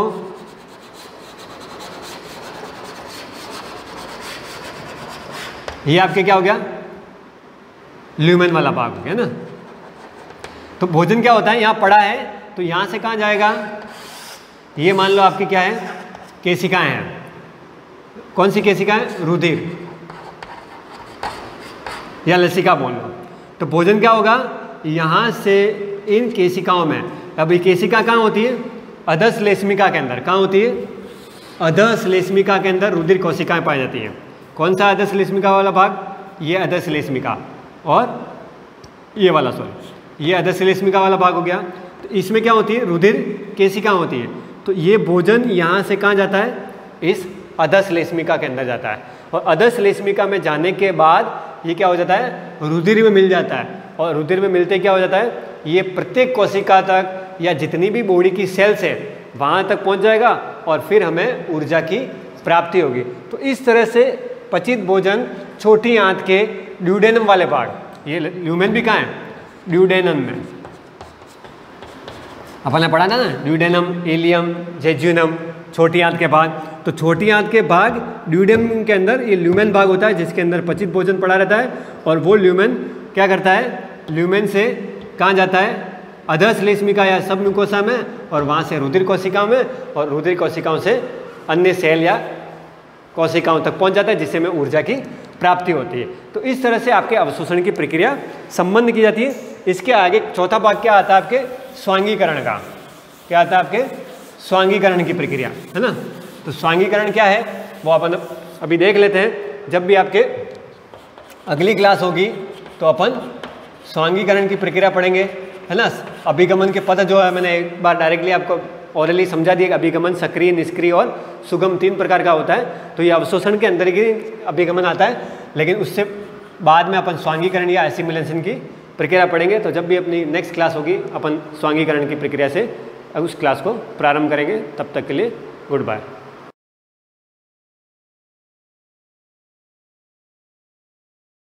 हेलो गाइस, हमने अभी तक 2 पार्ट कंप्लीट कर लिए हैं ह्यूमन नर्वस सिस्टम के बारे में, जिसमें फर्स्ट पार्ट में मैंने आपको बेसिक इन्फॉर्मेशन दी थी, what is neurons, neuroglial sales. और सेकंड पार्ट जो था उसमें हमने ह्यूमन नर्वस सिस्टम को डिस्क्राइब किया था कि मतलब उसको 2 पार्ट के अंदर डिवाइड किया जाता है, जो आपको पता होना चाहिए, CNS एंड पीएनएस, सीएनएस के अंदर ब्रेन और स्पाइनल कॉर्ड को रखा जाता है और पीएनएस के अंदर ऑल नर्व्स आती है, ठीक है। इसके बाद उस सिस्टम को डिवाइड किया जाता है दो पार्ट के अंदर, एक होता है सोमेटिक नर्वस सिस्टम और दूसरा होता है ऑटोनोमिक नर्वस सिस्टम। फिर मैंने आपको बताया था सोमेटिक नर्वस सिस्टम क्या होता है, तो सोमेटिक नर्वस सिस्टम जो, इसके बाद autonomic nervous system, autonomic nervous system is further divided into two part, sympathetic and parasympathetic, तो ये आपको ध्यान होना जरूरी है। इसके बाद हम आगे कंटिन्यू करते हैं, कुछ बेसिक जो टर्मिनोलॉजी होती है वो हमको पता होनी जरूरी है। बेसिक टर्मिनोलॉजी यानी जैसे एक वर्ड आता है ग्रे मैटर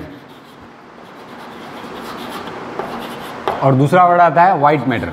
ये अक्सर हम सुनते हैं ग्रे मैटर और वाइट मैटर, लेकिन ये होता क्या है ये पता होना जरूरी है। एक है आपका ग्रे मैटर, दूसरा है आपका वाइट मैटर। तो what is grey matter and white matter? हमने न्यूरॉन्स के बारे में पढ़ा था, तो न्यूरॉन्स में हमने पार्ट्स जो पढ़े थे उसमें था एक डेंड्राइट्स, सेल बॉडी, साइटोन वाला एक पार्ट पूरा अलग था। इसके बाद एक्सॉन स्टार्ट होता है, एक्सॉन के ऊपर माइलिन शीथ थी और एक्सॉन टर्मिनल्स या सिनेप्टिक नोब्स थे, ठीक है। तो ग्रे मैटर का मतलब होता है साइटोन या जिसको हम क्या कहते हैं cell body plus non myelinated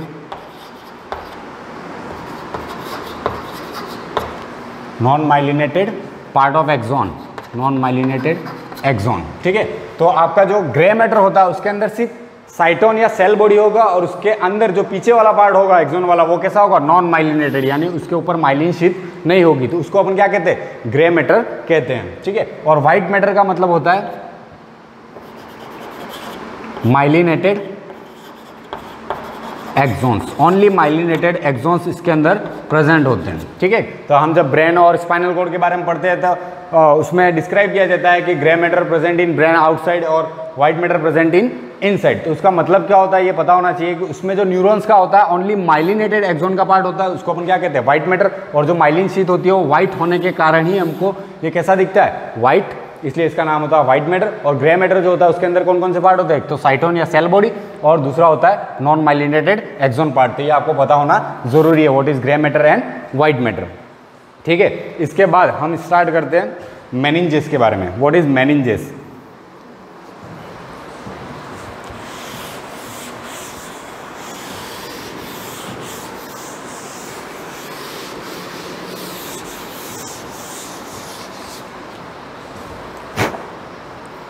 सबसे इंपॉर्टेंट पार्ट होता है, ये भी ध्यान रखना जरूरी है, व्हाट इज मेनिंजेस? मेनिंजेस, ठीक है। तो मेनिंजेस एक टर्म है जो ब्रेन और स्पाइनल कॉर्ड के लिए यूज होती है। वास्तव में ये होता है क्या, ये क्या होती है, कनेक्टिव टिश्यूज होते हैं जिसकी मेम्ब्रेन बनी हुई रहती है, ठीक है। तो कनेक्टिव टिश्यू मेम्ब्रेन किससे बना होता है, ये कनेक्टिव टिश्यू से बना होता है और ये मेम्ब्रेन होती है, ठीक है। तो मेम्ब्रेन के बारे में तो आप जानते ही हो, लेकिन ब्रेन और स्पाइनल कॉर्ड के अंदर इसको क्या कहा जाता है, मेनिंजेस, ठीक है। ब्रेन और स्पाइनल कॉर्ड के अंदर इसको क्या कहा जाता है, मेनिंजेस कहा जाता है। और ये क्या काम करती है, तो mainly it provides protection from outer environment। Outer environment से आपके ब्रेन और स्पाइनल कॉर्ड को प्रोटेक्शन प्रोवाइड करने का काम कौन करती है, मेनिंजेस करती है। इसके बाद भी बहुत सारे सिस्टम होते हैं जो आपके ब्रेन और स्पाइनल कॉर्ड को क्या करते हैं, प्रोटेक्शन प्रोवाइड करते हैं, क्योंकि आपका ब्रेन और स्पाइनल कॉर्ड मेन पार्ट होता है आपकी बॉडी का, क्योंकि सेंट्रल नर्वस सिस्टम होता है और वो डैमेज हो गया तो आप कुछ भी वर्क नहीं कर पाओगे, इसलिए उनके प्रोटेक्शन के लिए वहाँ पे कौन होता है, मेनिंजेस होती है। और बहुत सारी चीज़ें अदर भी होती है जो हम आगे पढ़ेंगे। तो it provides protection from outer environment. Main इसका फंक्शन होता है कि ये क्या करता है, आउटर एनवायरनमेंट से प्रोटेक्शन प्रोवाइड करने का काम करता है। किसको, सेंट्रल नर्वस सिस्टम को, यानी ब्रेन एंड स्पाइनल कॉर्ड को, ठीक है। तो अपन बेसिक इंफॉर्मेशन के बारे में अगर आपको बताऊं तो फिश के अंदर 1 मेनिंजेस होती है, ठीक है। इसके बाद जो एम्फीबियंस होते हैं उनके अंदर 2 होती है, ठीक है। आपको ये बेसिक इन्फॉर्मेशन है, आपको सिर्फ पता होना चाहिए, ये आपसे रिलेटेड नहीं है क्योंकि आपके एग्जाम में ये नहीं पूछा जाता है आरबीएससी में, लेकिन आपको पता होना जरूरी है कि फिश के अंदर मेनिंजेस कितनी होती है, 1, एम्फीबियंस के अंदर होती है मेनिंजेस 2, ठीक है। इसके बाद जो हमको पढ़ना है यानी ममेल्स, हम जिस कैटेगरी के अंदर आते हैं या ह्यूमन जिस कैटेगरी के अंदर प्लेस किए जाते हैं उसको कहा जाता है ममेल्स। एनिमल किंगडम के अंदर आपने पढ़ा होगा ममेल्स ग्रुप होता है, उसके अंदर ह्यूमन बींग्स रखे जाते हैं, ठीक है। तो ममेल्स में अकेला ह्यूमन बींग्स नहीं होता, बैट भी आपका किसके अंदर आता है, ममेल्स के अंदर ही आता है, ठीक है। तो आपको पता होना जरूरी है कि ममेल्स यानी बहुत बड़ी कैटेगरी है एनिमल किंगडम के अंदर। और अपन बात करें मेनिंजेस की, तो ये मेनिंजेस जो ममेल्स के अंदर होती है वो कितनी होती है? 3 होती है, और हमको इन 3 के बारे में ही पढ़ना है, ठीक है। तो आपको पता होना चाहिए फिश के अंदर 1, एम्फीबियंस के अंदर 2 और ममेल्स के अंदर कितनी होती है? 3। और ममेल्स में भी हम किसके बारे में पढ़ रहे हैं यहाँ पे? ह्यूमन बींग्स के बारे में, ठीक है। तो ये मेनिंजेस कैसे अरेंज होती है और क्या होती है इसके बारे में पढ़ेंगे अपन, ठीक है। तो पहला मैंने आपको बता दिया कि मेम्ब्रेन्स होती है, it provides protection from outer environment, किसको? सीएनएस को, ठीक है। It provides protection from outer environment, किसको प्रोटेक्शन प्रोवाइड करती है? सीएनएस को, यानी सेंट्रल नर्वस सिस्टम। और सेंट्रल नर्वस सिस्टम के अंदर कौन आता है? स्पाइनल कॉर्ड और ब्रेन, ठीक है।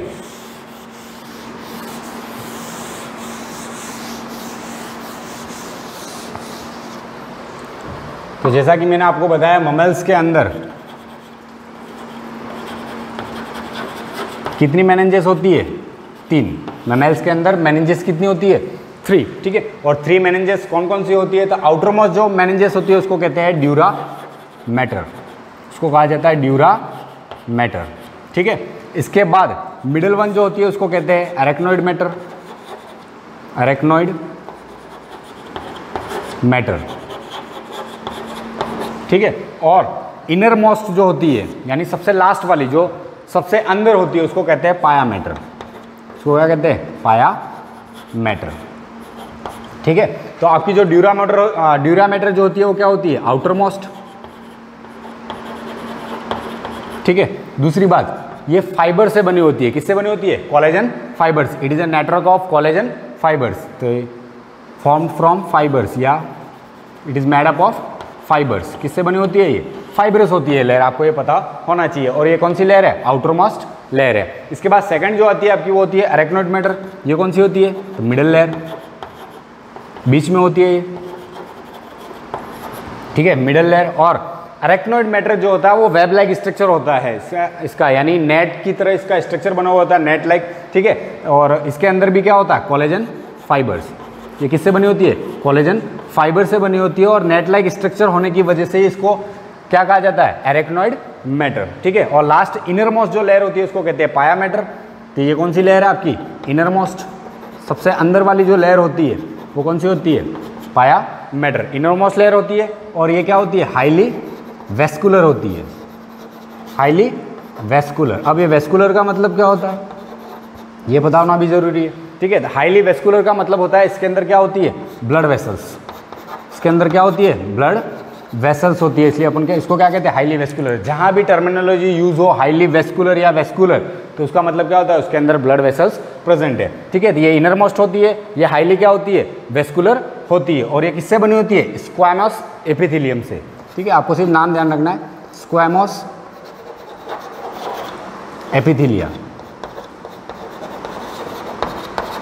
स्क्वामस एपिथेलिया फ्लैट सेल्स होती है जिससे ये पाया मैटर बना हुआ रहता है, ठीक है। तो ये तो बेसिक इन्फॉर्मेशन है, इसके बारे में ये अरेंज कैसे होता है वो देखना आपके लिए जरूरी है। यानी फर्स्ट जो आपकी आउटर मोस्ट लेयर होती है वो ड्यूरा मैटर होती है, सेकंड जो मिडिल लेयर होती है उसको कहते हैं अरेक्नोइड मैटर, और थर्ड होती है आपकी पाया मैटर, ठीक है, जो इनरमोस्ट लेयर होती है। और ये कहाँ पे अरेंज होती है? तो आपका जो ब्रेन है या स्पाइनल कॉर्ड है उसको प्रोटेक्शन प्रोवाइड करने का काम करती है, मतलब ये उसके आउटर प्रेजेंट होती है। जैसे मैं आपको एक डायग्राम से बता देता हूँ उसको कि इसका अरेंजमेंट कैसे होता है। जैसे अपन ब्रेन की बात करें तो वहाँ पर मेनिंजेस कैसे अरेंज होती है। ब्रेन आपने देखा हो तो क्रेनियम के अंदर क्या होता है? ये वेल प्रोटेक्टेड होता है। क्रेनियम क्या होता है? बोनी पार्ट, यानी स्कल, जो आपका स्कल होता है उसके अंदर ब्रेन होता है, ठीक है। तो ये जो आउटर मोस्ट पार्ट है आपका,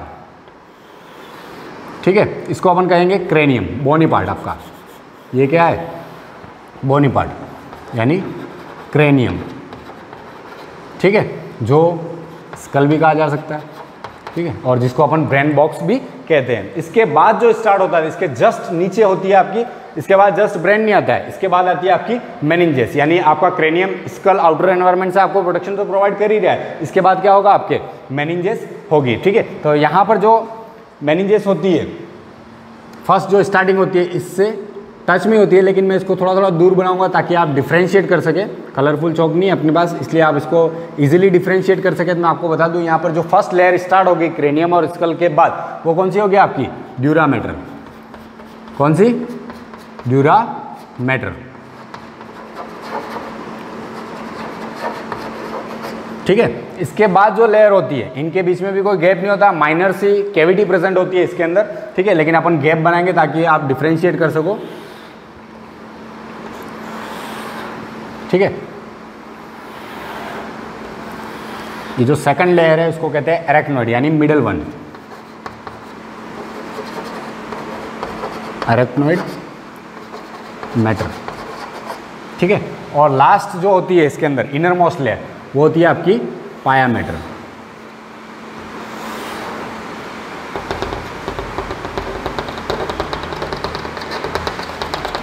जो इनर मोस्ट लेयर होती है वो कौन सी होती है? पाया मैटर।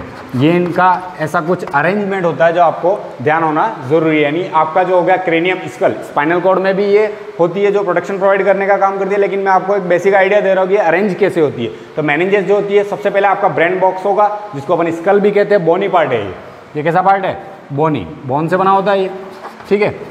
इसके जस्ट नीचे होती है आपकी ड्यूरा मैटर, इसके बाद होती है अरेक्नोइड मैटर और इनर मोस्ट होती है पाया मैटर। और यहाँ से आपका फिर स्टार्ट हो जाएगा ब्रेन, ब्रेन को या CNS, यहाँ से आपका स्टार्ट हो जाएगा CNS, ठीक है। बहुत ज़्यादा ही बारिश हो रही है बाहर, साउंड भी आ रहा होगा आपको, ठीक है, लेकिन अपन कंटिन्यू करेंगे इस चीज़ को, बारिश तो होती रहती है, ठीक है। तो ये यहाँ पे आ जाएगा आपका CNS, ब्रेन हो या स्पाइनल कॉर्ड हो, उसके आउटर क्या होता है? आपका प्रोटेक्शन लेयर प्रेजेंट होती है जो आपको प्रोटेक्शन प्रोवाइड करने का काम करती है, ठीक है। तो ये आपको पता होना चाहिए। सबसे आउटर मोस्ट होती है ड्यूरा मैटर, फिर होती है अरेक्नोइड मैटर, फिर होता है पाया मैटर। अब अपन बात करेंगे इनके बीच में जो माइनर कैविटी होती है, यहाँ पर जो कैविटी है और जो स्पेस है उसको क्या कहा जाता है? इसको कहते हैं सब ड्यूरल स्पेस। क्या कहते हैं इसको? सब ड्यूरल स्पेस, ठीक है। और अरेक्नोइड और पाया मैटर के बीच में भी एक कैविटी होती है, ये वाली, इस कैविटी को कहते हैं सब एरेक्नोइड स्पेस। क्या कहा जाता है? सब एरेक्नोइड स्पेस। तो इसके अंदर जो कैविटी है दोनों, एक होती है सब ड्यूरल स्पेस और दूसरा होता है सब एरेक्नोइड स्पेस। आपको पता होना चाहिए कि एरेक्नोइड मैटर और पाया मैटर, इन दोनों के बीच में जो स्पेस है आपका सब एरेक्नोइड स्पेस, इसके अंदर क्या प्रेजेंट होता है? CSF, इसको कहते हैं CSF यानी सेरेब्रो स्पाइनल फ्लूइड। इसका भी अपना एक रोल होता है ब्रेन के अंदर, ठीक है, और स्पाइनल कॉर्ड में। इसको कहते हैं सेरेब्रल या cerebro spinal fluid, cerebro spinal fluid, ठीक है, CSF, सेरेब्रो स्पाइनल। आप मिस्टेक कर दोगे, इसको कहीं और लिख देता हूँ।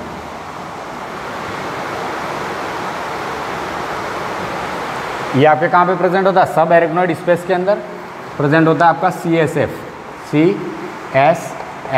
जिसको कहते हैं सेरेब्रो स्पाइनल फ्लूइड, ठीक है। एक लिक्विड होता है जो लिम्फ लाइक फ्लूइड होता है आपके, ठीक है, और ये क्या काम करता है वो भी अपन पढ़ेंगे, ठीक है। तो सब ड्यूरल स्पेस, सब एरेक्नोइड स्पेस, ठीक है। और आपको पता होना चाहिए ड्यूरा मैटर, अरेक्नोइड मैटर, पाया मैटर, ये होती है आपकी 3 मेनिंजेस जो ममल्स के अंदर पाई जाती है, यानी ह्यूमन बींग्स के अंदर भी ये होती है। और ये क्या काम करती है? मेनली इनका वर्क होता है आउटर एनवायरनमेंट से आपको प्रोटेक्शन प्रोवाइड करना। जैसे कोई शॉक है वगैरह, आप गिर गए तो आपका इंटरनल ऑर्गन यानी CNS का कोई भी पार्ट, ब्रेन का डैमेज होना नहीं चाहिए या स्पाइनल कॉर्ड को कोई डैमेज नहीं होना चाहिए, तो ये प्रोटेक्शन प्रोवाइड करने का काम करते हैं। इनका मेन कैरेक्टरिस्टिक्स है, ये ध्यान रखना, मैमल्स के अंदर 3 मेनिंजेस होती है, एम्फीबियंस के अंदर 2 होती है और फिश के अंदर 1 होती है, ठीक है। और ममेल्स की अपन बात करें तो कौन कौन सी होती है? Outer most dura mater, middle one arachnoid matter और थर्ड होती है आपकी पाया मैटर। ये बनी किससे होती है ये भी पता होना जरूरी है। ये फाइब्रस लेयर होती है जो आपकी ड्यूरा मैटर, आउटर मोस्ट जो लेयर होती है वो कैसी होती है? फाइब्रस होती है। अरेक्नोइड मैटर जो होती है वो आपकी मिडल वन लेयर है और ये भी कोलेजन फाइबर से बनी होती है। और दूसरी बात, ये अरेक्नोइड इसको क्यों कहा जाता है, उसका रीजन ये है क्योंकि इसका स्ट्रक्चर जो होता है वो कैसा होता है? नेट लाइक स्ट्रक्चर होता है, जिसके कारण इसको क्या कहते हैं? Arachnoid matter. और जो पाया मैटर होता है वो इनर मोस्ट लेयर होती है और ये हाईली वेस्कुलर होती है, ये पता होना भी जरूरी है क्योंकि ये हाईली वेस्कुलर होती है, इसके अंदर प्रेजेंट होती है ब्लड वेसल्स। और ये किससे बनी होती है? स्क्वामस एपिथेलिया, फ्लैट सेल्स होती है, स्क्वामस एपिथेलिया से बनी होती है, सिंगल लेयर, ठीक है, पाया मैटर। और इसके बीच में यानी ड्यूरा मैटर और अरेक्नोइड मैटर के बीच में जो स्पेस होता है उसको अपन क्या कहते हैं? सब ड्यूरल स्पेस। और आपके अरेक्नोइड मैटर और पाया मैटर के बीच में जो स्पेस होता है उसको अपन कहते हैं सब एरेक्नोइड स्पेस। और इस सब एरेक्नोइड स्पेस के अंदर क्या प्रेजेंट होता है? आपका सेरेब्रो स्पाइनल फ्लूइड, ठीक है। तो नेक्स्ट क्लास में हम कंटिन्यू करेंगे सेरेब्रो स्पाइनल फ्लूइड के साथ। Thank you.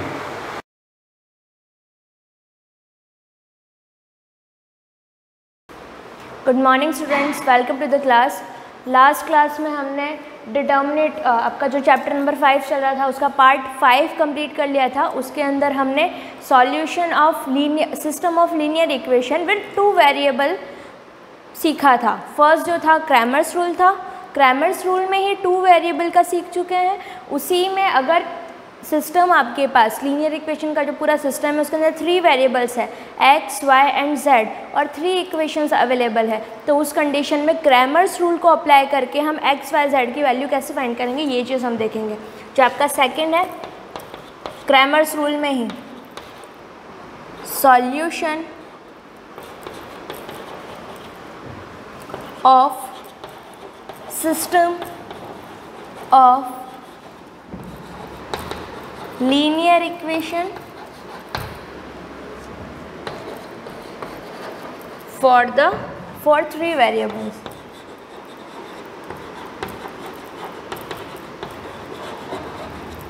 ओके, इसका मतलब है 3 चर वाले रेखिक समीकरण का जो निकाय है, 3 चर वाले रेखिक समीकरण का जो निकाय है उसका सॉल्यूशन किस तरीके से निकाला जाएगा। तो उसके लिए है, मान लेते हैं कि हमारे पास 3 इक्वेशन है, एक ऐसा सिस्टम है जिसमें 3 इक्वेशंस आपको दे रखी है।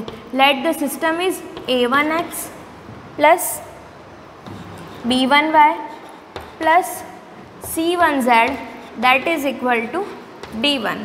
Next is a2x plus b2y plus c2z that is equal to d2। Next one is a3x plus b3y plus c3z, this is 3 equals to d3। ये 3 इक्वेशंस का सिस्टम हमने कंसीडर किया है। इसके बाद अगर पूछा जाए कि ये जो इक्वेशन है इसका सॉल्यूशन कैसे निकाला जाएगा, यहाँ पर x, y और z की वैल्यू क्या होनी चाहिए, तो according to Cramer's rule, Cramer rule जो कहता है उसके अकॉर्डिंग x की वैल्यू क्या होनी चाहिए, y की वैल्यू क्या होनी चाहिए और z की वैल्यू क्या होनी चाहिए। तो यहाँ पर देखते हैं बाय क्रैमर्स रूल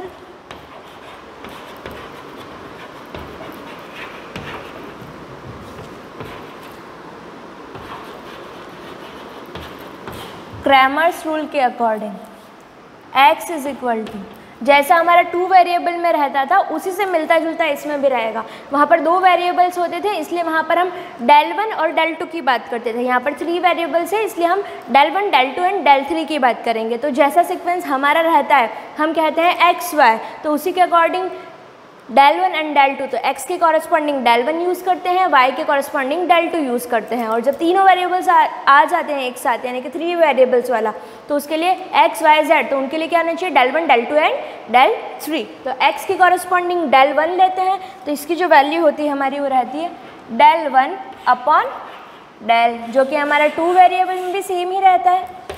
y की value that is equal to del2 upon del, then z की value that is del3 upon del। Clear है।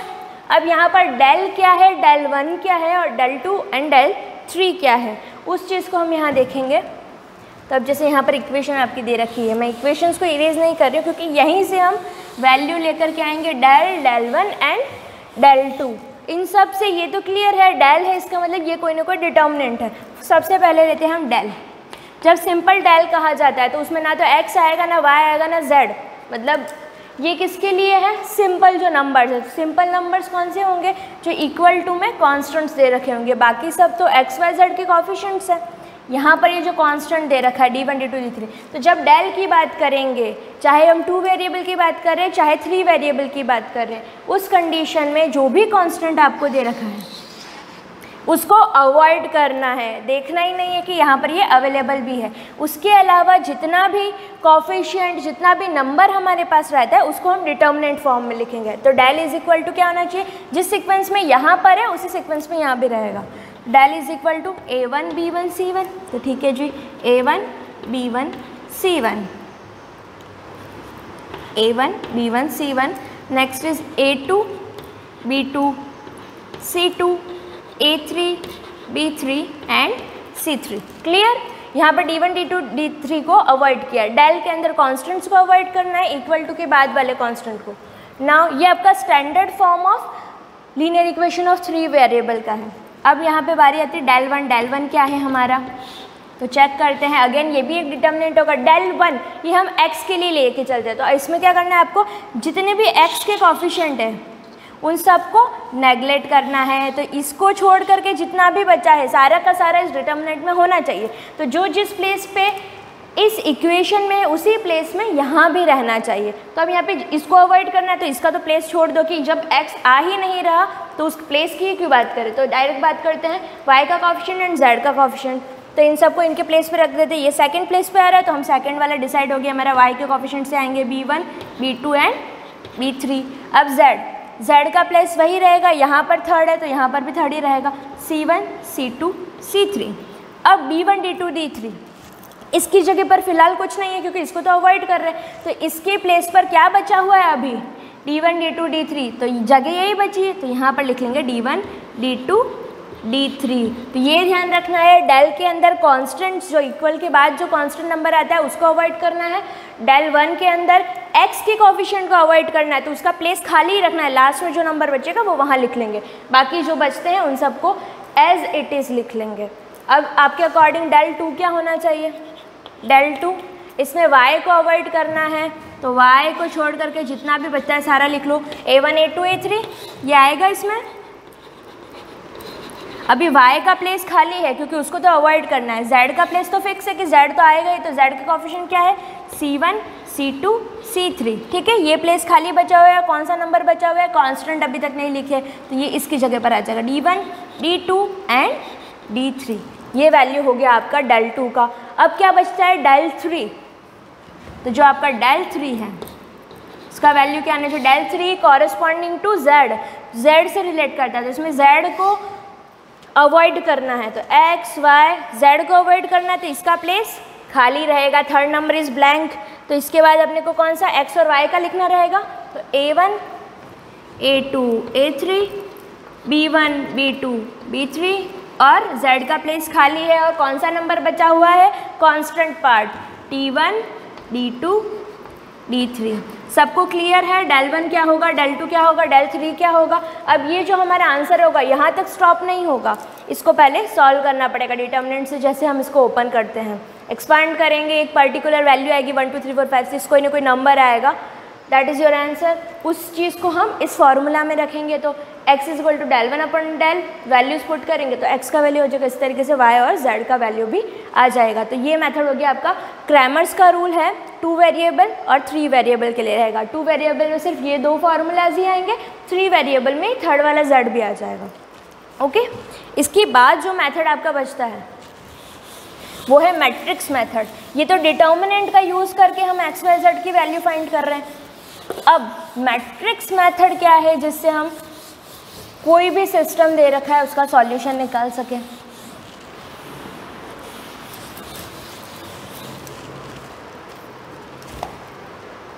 हाँ, उससे पहले भी कुछ स्पेशल कंडीशंस है, वो भी आप देख लीजिए। जैसे यहाँ पर डेल 1 ये सब की वैल्यू आएगी, तो क्या इससे हम अंदाज़ा लगा सकते हैं कि उस क्वेश्चन में कितने सॉल्यूशन पॉसिबल है या फिर नो सॉल्यूशन की कंडीशन बन रही है। तो स्पेशल कंडीशंस क्या है इसकी, ये भी आपको ध्यान होनी चाहिए।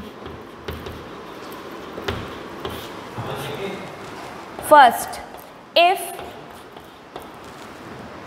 Del is not equal to 0, अगर डेल का वैल्यू नॉन ज़ीरो है तो उस कंडीशन में, अब क्यों, देखो डेल और इसका रिलेशन क्या है, x is equal to del 1 upon del, चाहे 2 वेरिएबल का हो चाहे 3 वेरिएबल। 2 का तो हम बात कर चुके थे, 3 वेरिएबल की बात करते हैं। इन केस अगर ये 0 हो जाता है, मान लेते हैं, तो आंसर क्या आना चाहिए, किसी भी नंबर के अपॉन में 0, इन्फिनिटी, मतलब देयर इज़ नो आंसर। तो यहाँ पर हम बात करेंगे कि if del is not equal to 0, non zero, कोई ना कोई नंबर है, that means it has an unique solution. ये है that means system of equation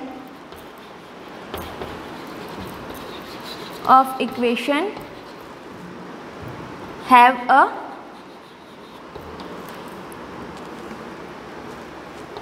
unique solution unique solution यानी कि कोई एक ही सॉल्यूशन होगा इसका, जैसे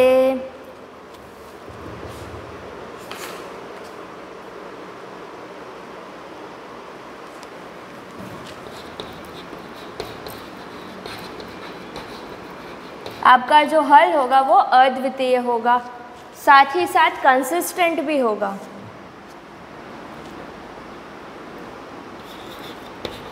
and system is consistent.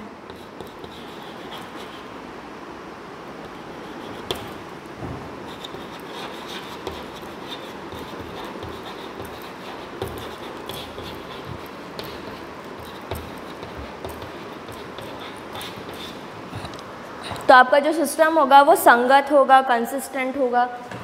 Second जो कंडीशन आती है वो है if del is equal to 0 and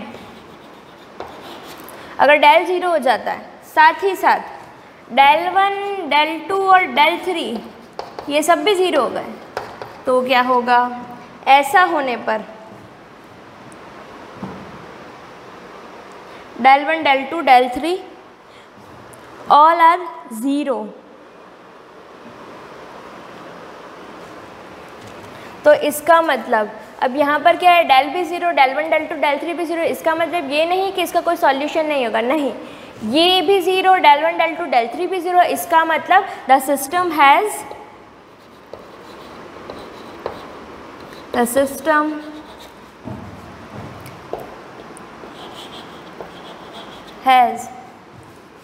many solution or infinite solution।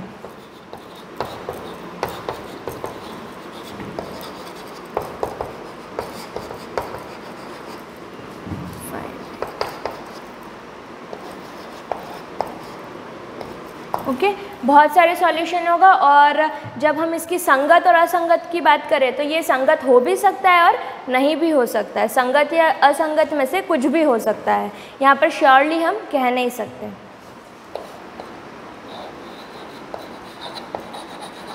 System may be और may not be, may be और may not be consistent। तो वो संगत हो भी सकता है और नहीं भी हो सकता है। कंसिस्टेंट का मतलब संगत। अब इसके बाद जो आपका आता है दैट इज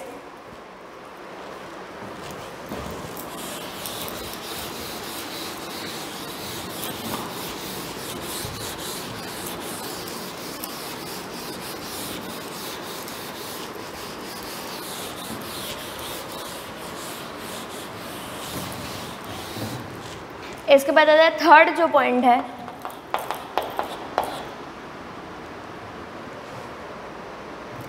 इफ del 0 है and del 1, del 2 and del 3 are non zero. Non zero का मतलब नॉट इक्वल टू 0। तो उस कंडीशन में सिस्टम हैज़ नो सॉल्यूशन, कोई सॉल्यूशन नहीं होगा। और सिस्टम ऑफ इक्वेशन जो बनेगी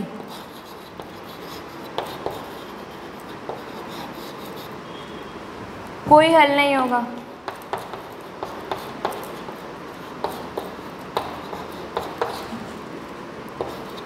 जो सिस्टम ऑफ इक्वेशन बनेगी दैट्स कॉल्ड इनकंसिस्टेंट, यानी कि असंगत, inconsistent.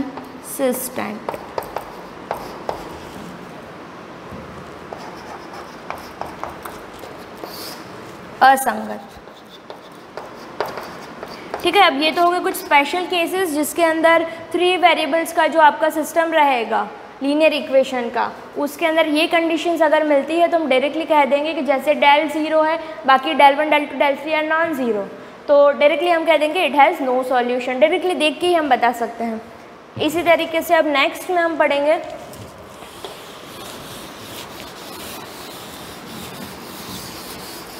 Solution of linear equation with matrix method. Matrix method से इसको करेंगे।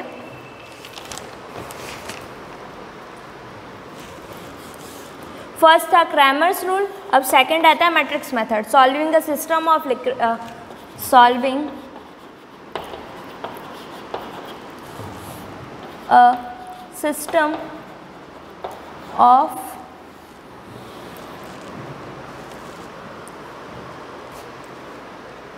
solving a system of linear equation by matrix method। अब मैट्रिक्स मेथड से कैसे सॉल्व करेंगे इसको?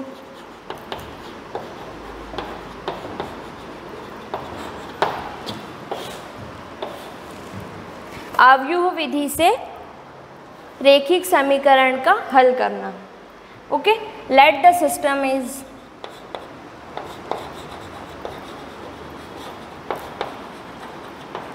मान लेते कि हमारा जो सिस्टम है वो कुछ इस तरीके से है, a11x plus a12y plus a13z that is equal to b1 a21x a22y plus a23z that is equal to b2 and a31x plus a32y plus a33z that is equal to b3। There are three equations, linear equations है with three variables। तो अब इसको matrix method से solve करना है हमको। तो इसमें क्या रहेगा, फर्स्टली इन तीनों इक्वेशंस को हम अलग फॉर्म में लिखेंगे। तो अब अलग फॉर्म क्या होगी देखते हैं यहाँ। Above equations can be written as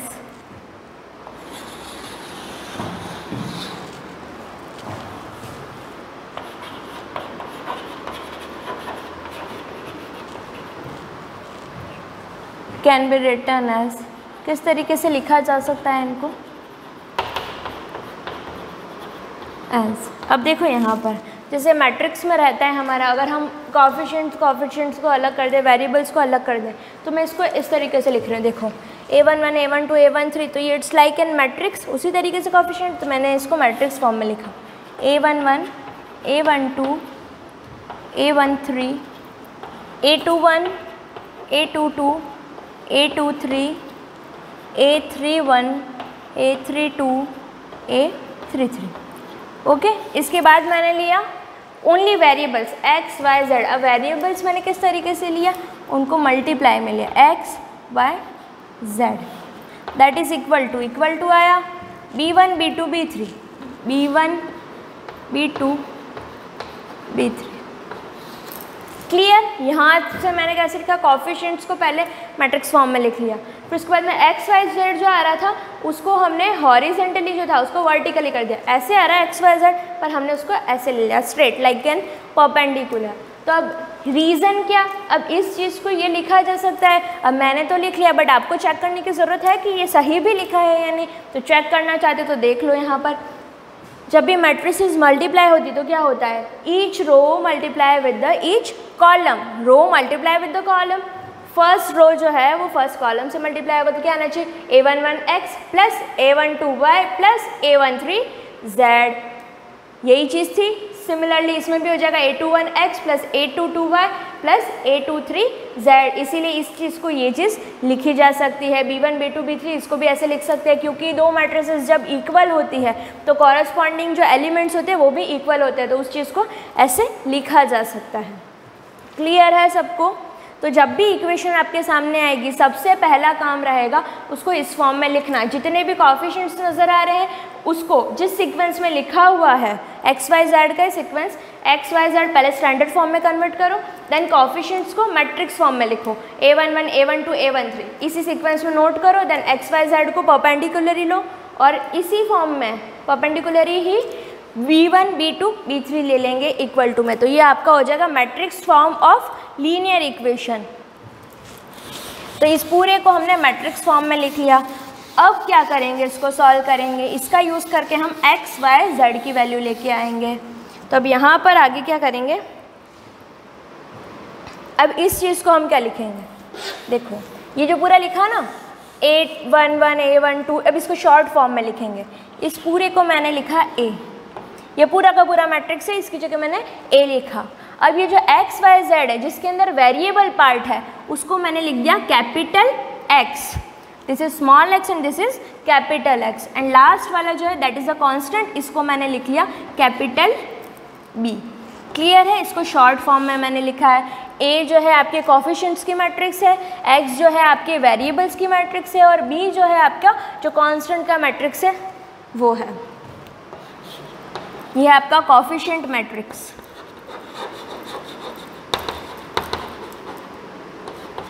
matrix जिसको कहते हैं गुणांक आव्यूह, जितने भी गुणांक थे ना उसमें उनकी मैट्रिक्स है ये गुणांक आव्यूह। Now X is the matrix of variables.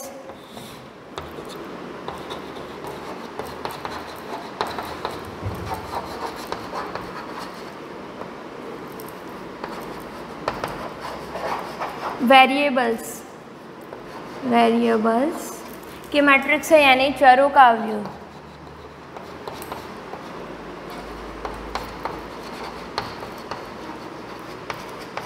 Okay, और B is equal to your B1 B2 B3, चाहे तो आप लिख सकते हैं here A is equal to A11 A12 A13, पूरा मैट्रिक्स लिखना है आपको। X की जगह X बराबर है X Y Z ऐसे करके लिखोगे। Here A is equal to this, X is equal to this and B is equal to this. अब यहाँ पे वैल्यूज पुट करके इसको आगे सॉल्व करेंगे। अब इसके बाद जो है वो हम क्या करेंगे कि अगर तो इसमें मॉड ऑफ A यानी कि determinant of A is not equal to 0, in case अगर यहाँ ऐसा होता है कि if determinant of A is not equal to 0, then उस कंडीशन में Ax is equal to B है। इसमें हम क्या करेंगे, A इनवर्स का मल्टीप्लाई करेंगे बोथ साइड में, A इनवर्स Ax, यहाँ पर A इनवर्स इंटू B। तो यहाँ क्या हो जाएगा, A inverse into A inverse into B। हम जानते हैं A इनवर्स इंटू A क्या होता है, I into x is equal to A inverse B। I into x, I को किससे भी मल्टीप्लाई करो वही नंबर आएगा, X आ गया, multiplicative identity A inverse B। तो X आपका वेरिएबल मैट्रिक्स है, X is equal to A inverse B। जो भी क्वेश्चन दे रखा है वहाँ से A इनवर्स फाइंड करो, B का वैल्यू से मल्टीप्लाई करो, उसको इक्वल लिखो X के। ये फॉर्मूला आपको लर्न रखना है, इसका यूज़ करके हम X Y Z की वैल्यू फाइंड करेंगे। इससे रिलेटेड जितने भी एग्जाम्पल्स हैं आपको सॉल्व कर लेने हैं। Thank you.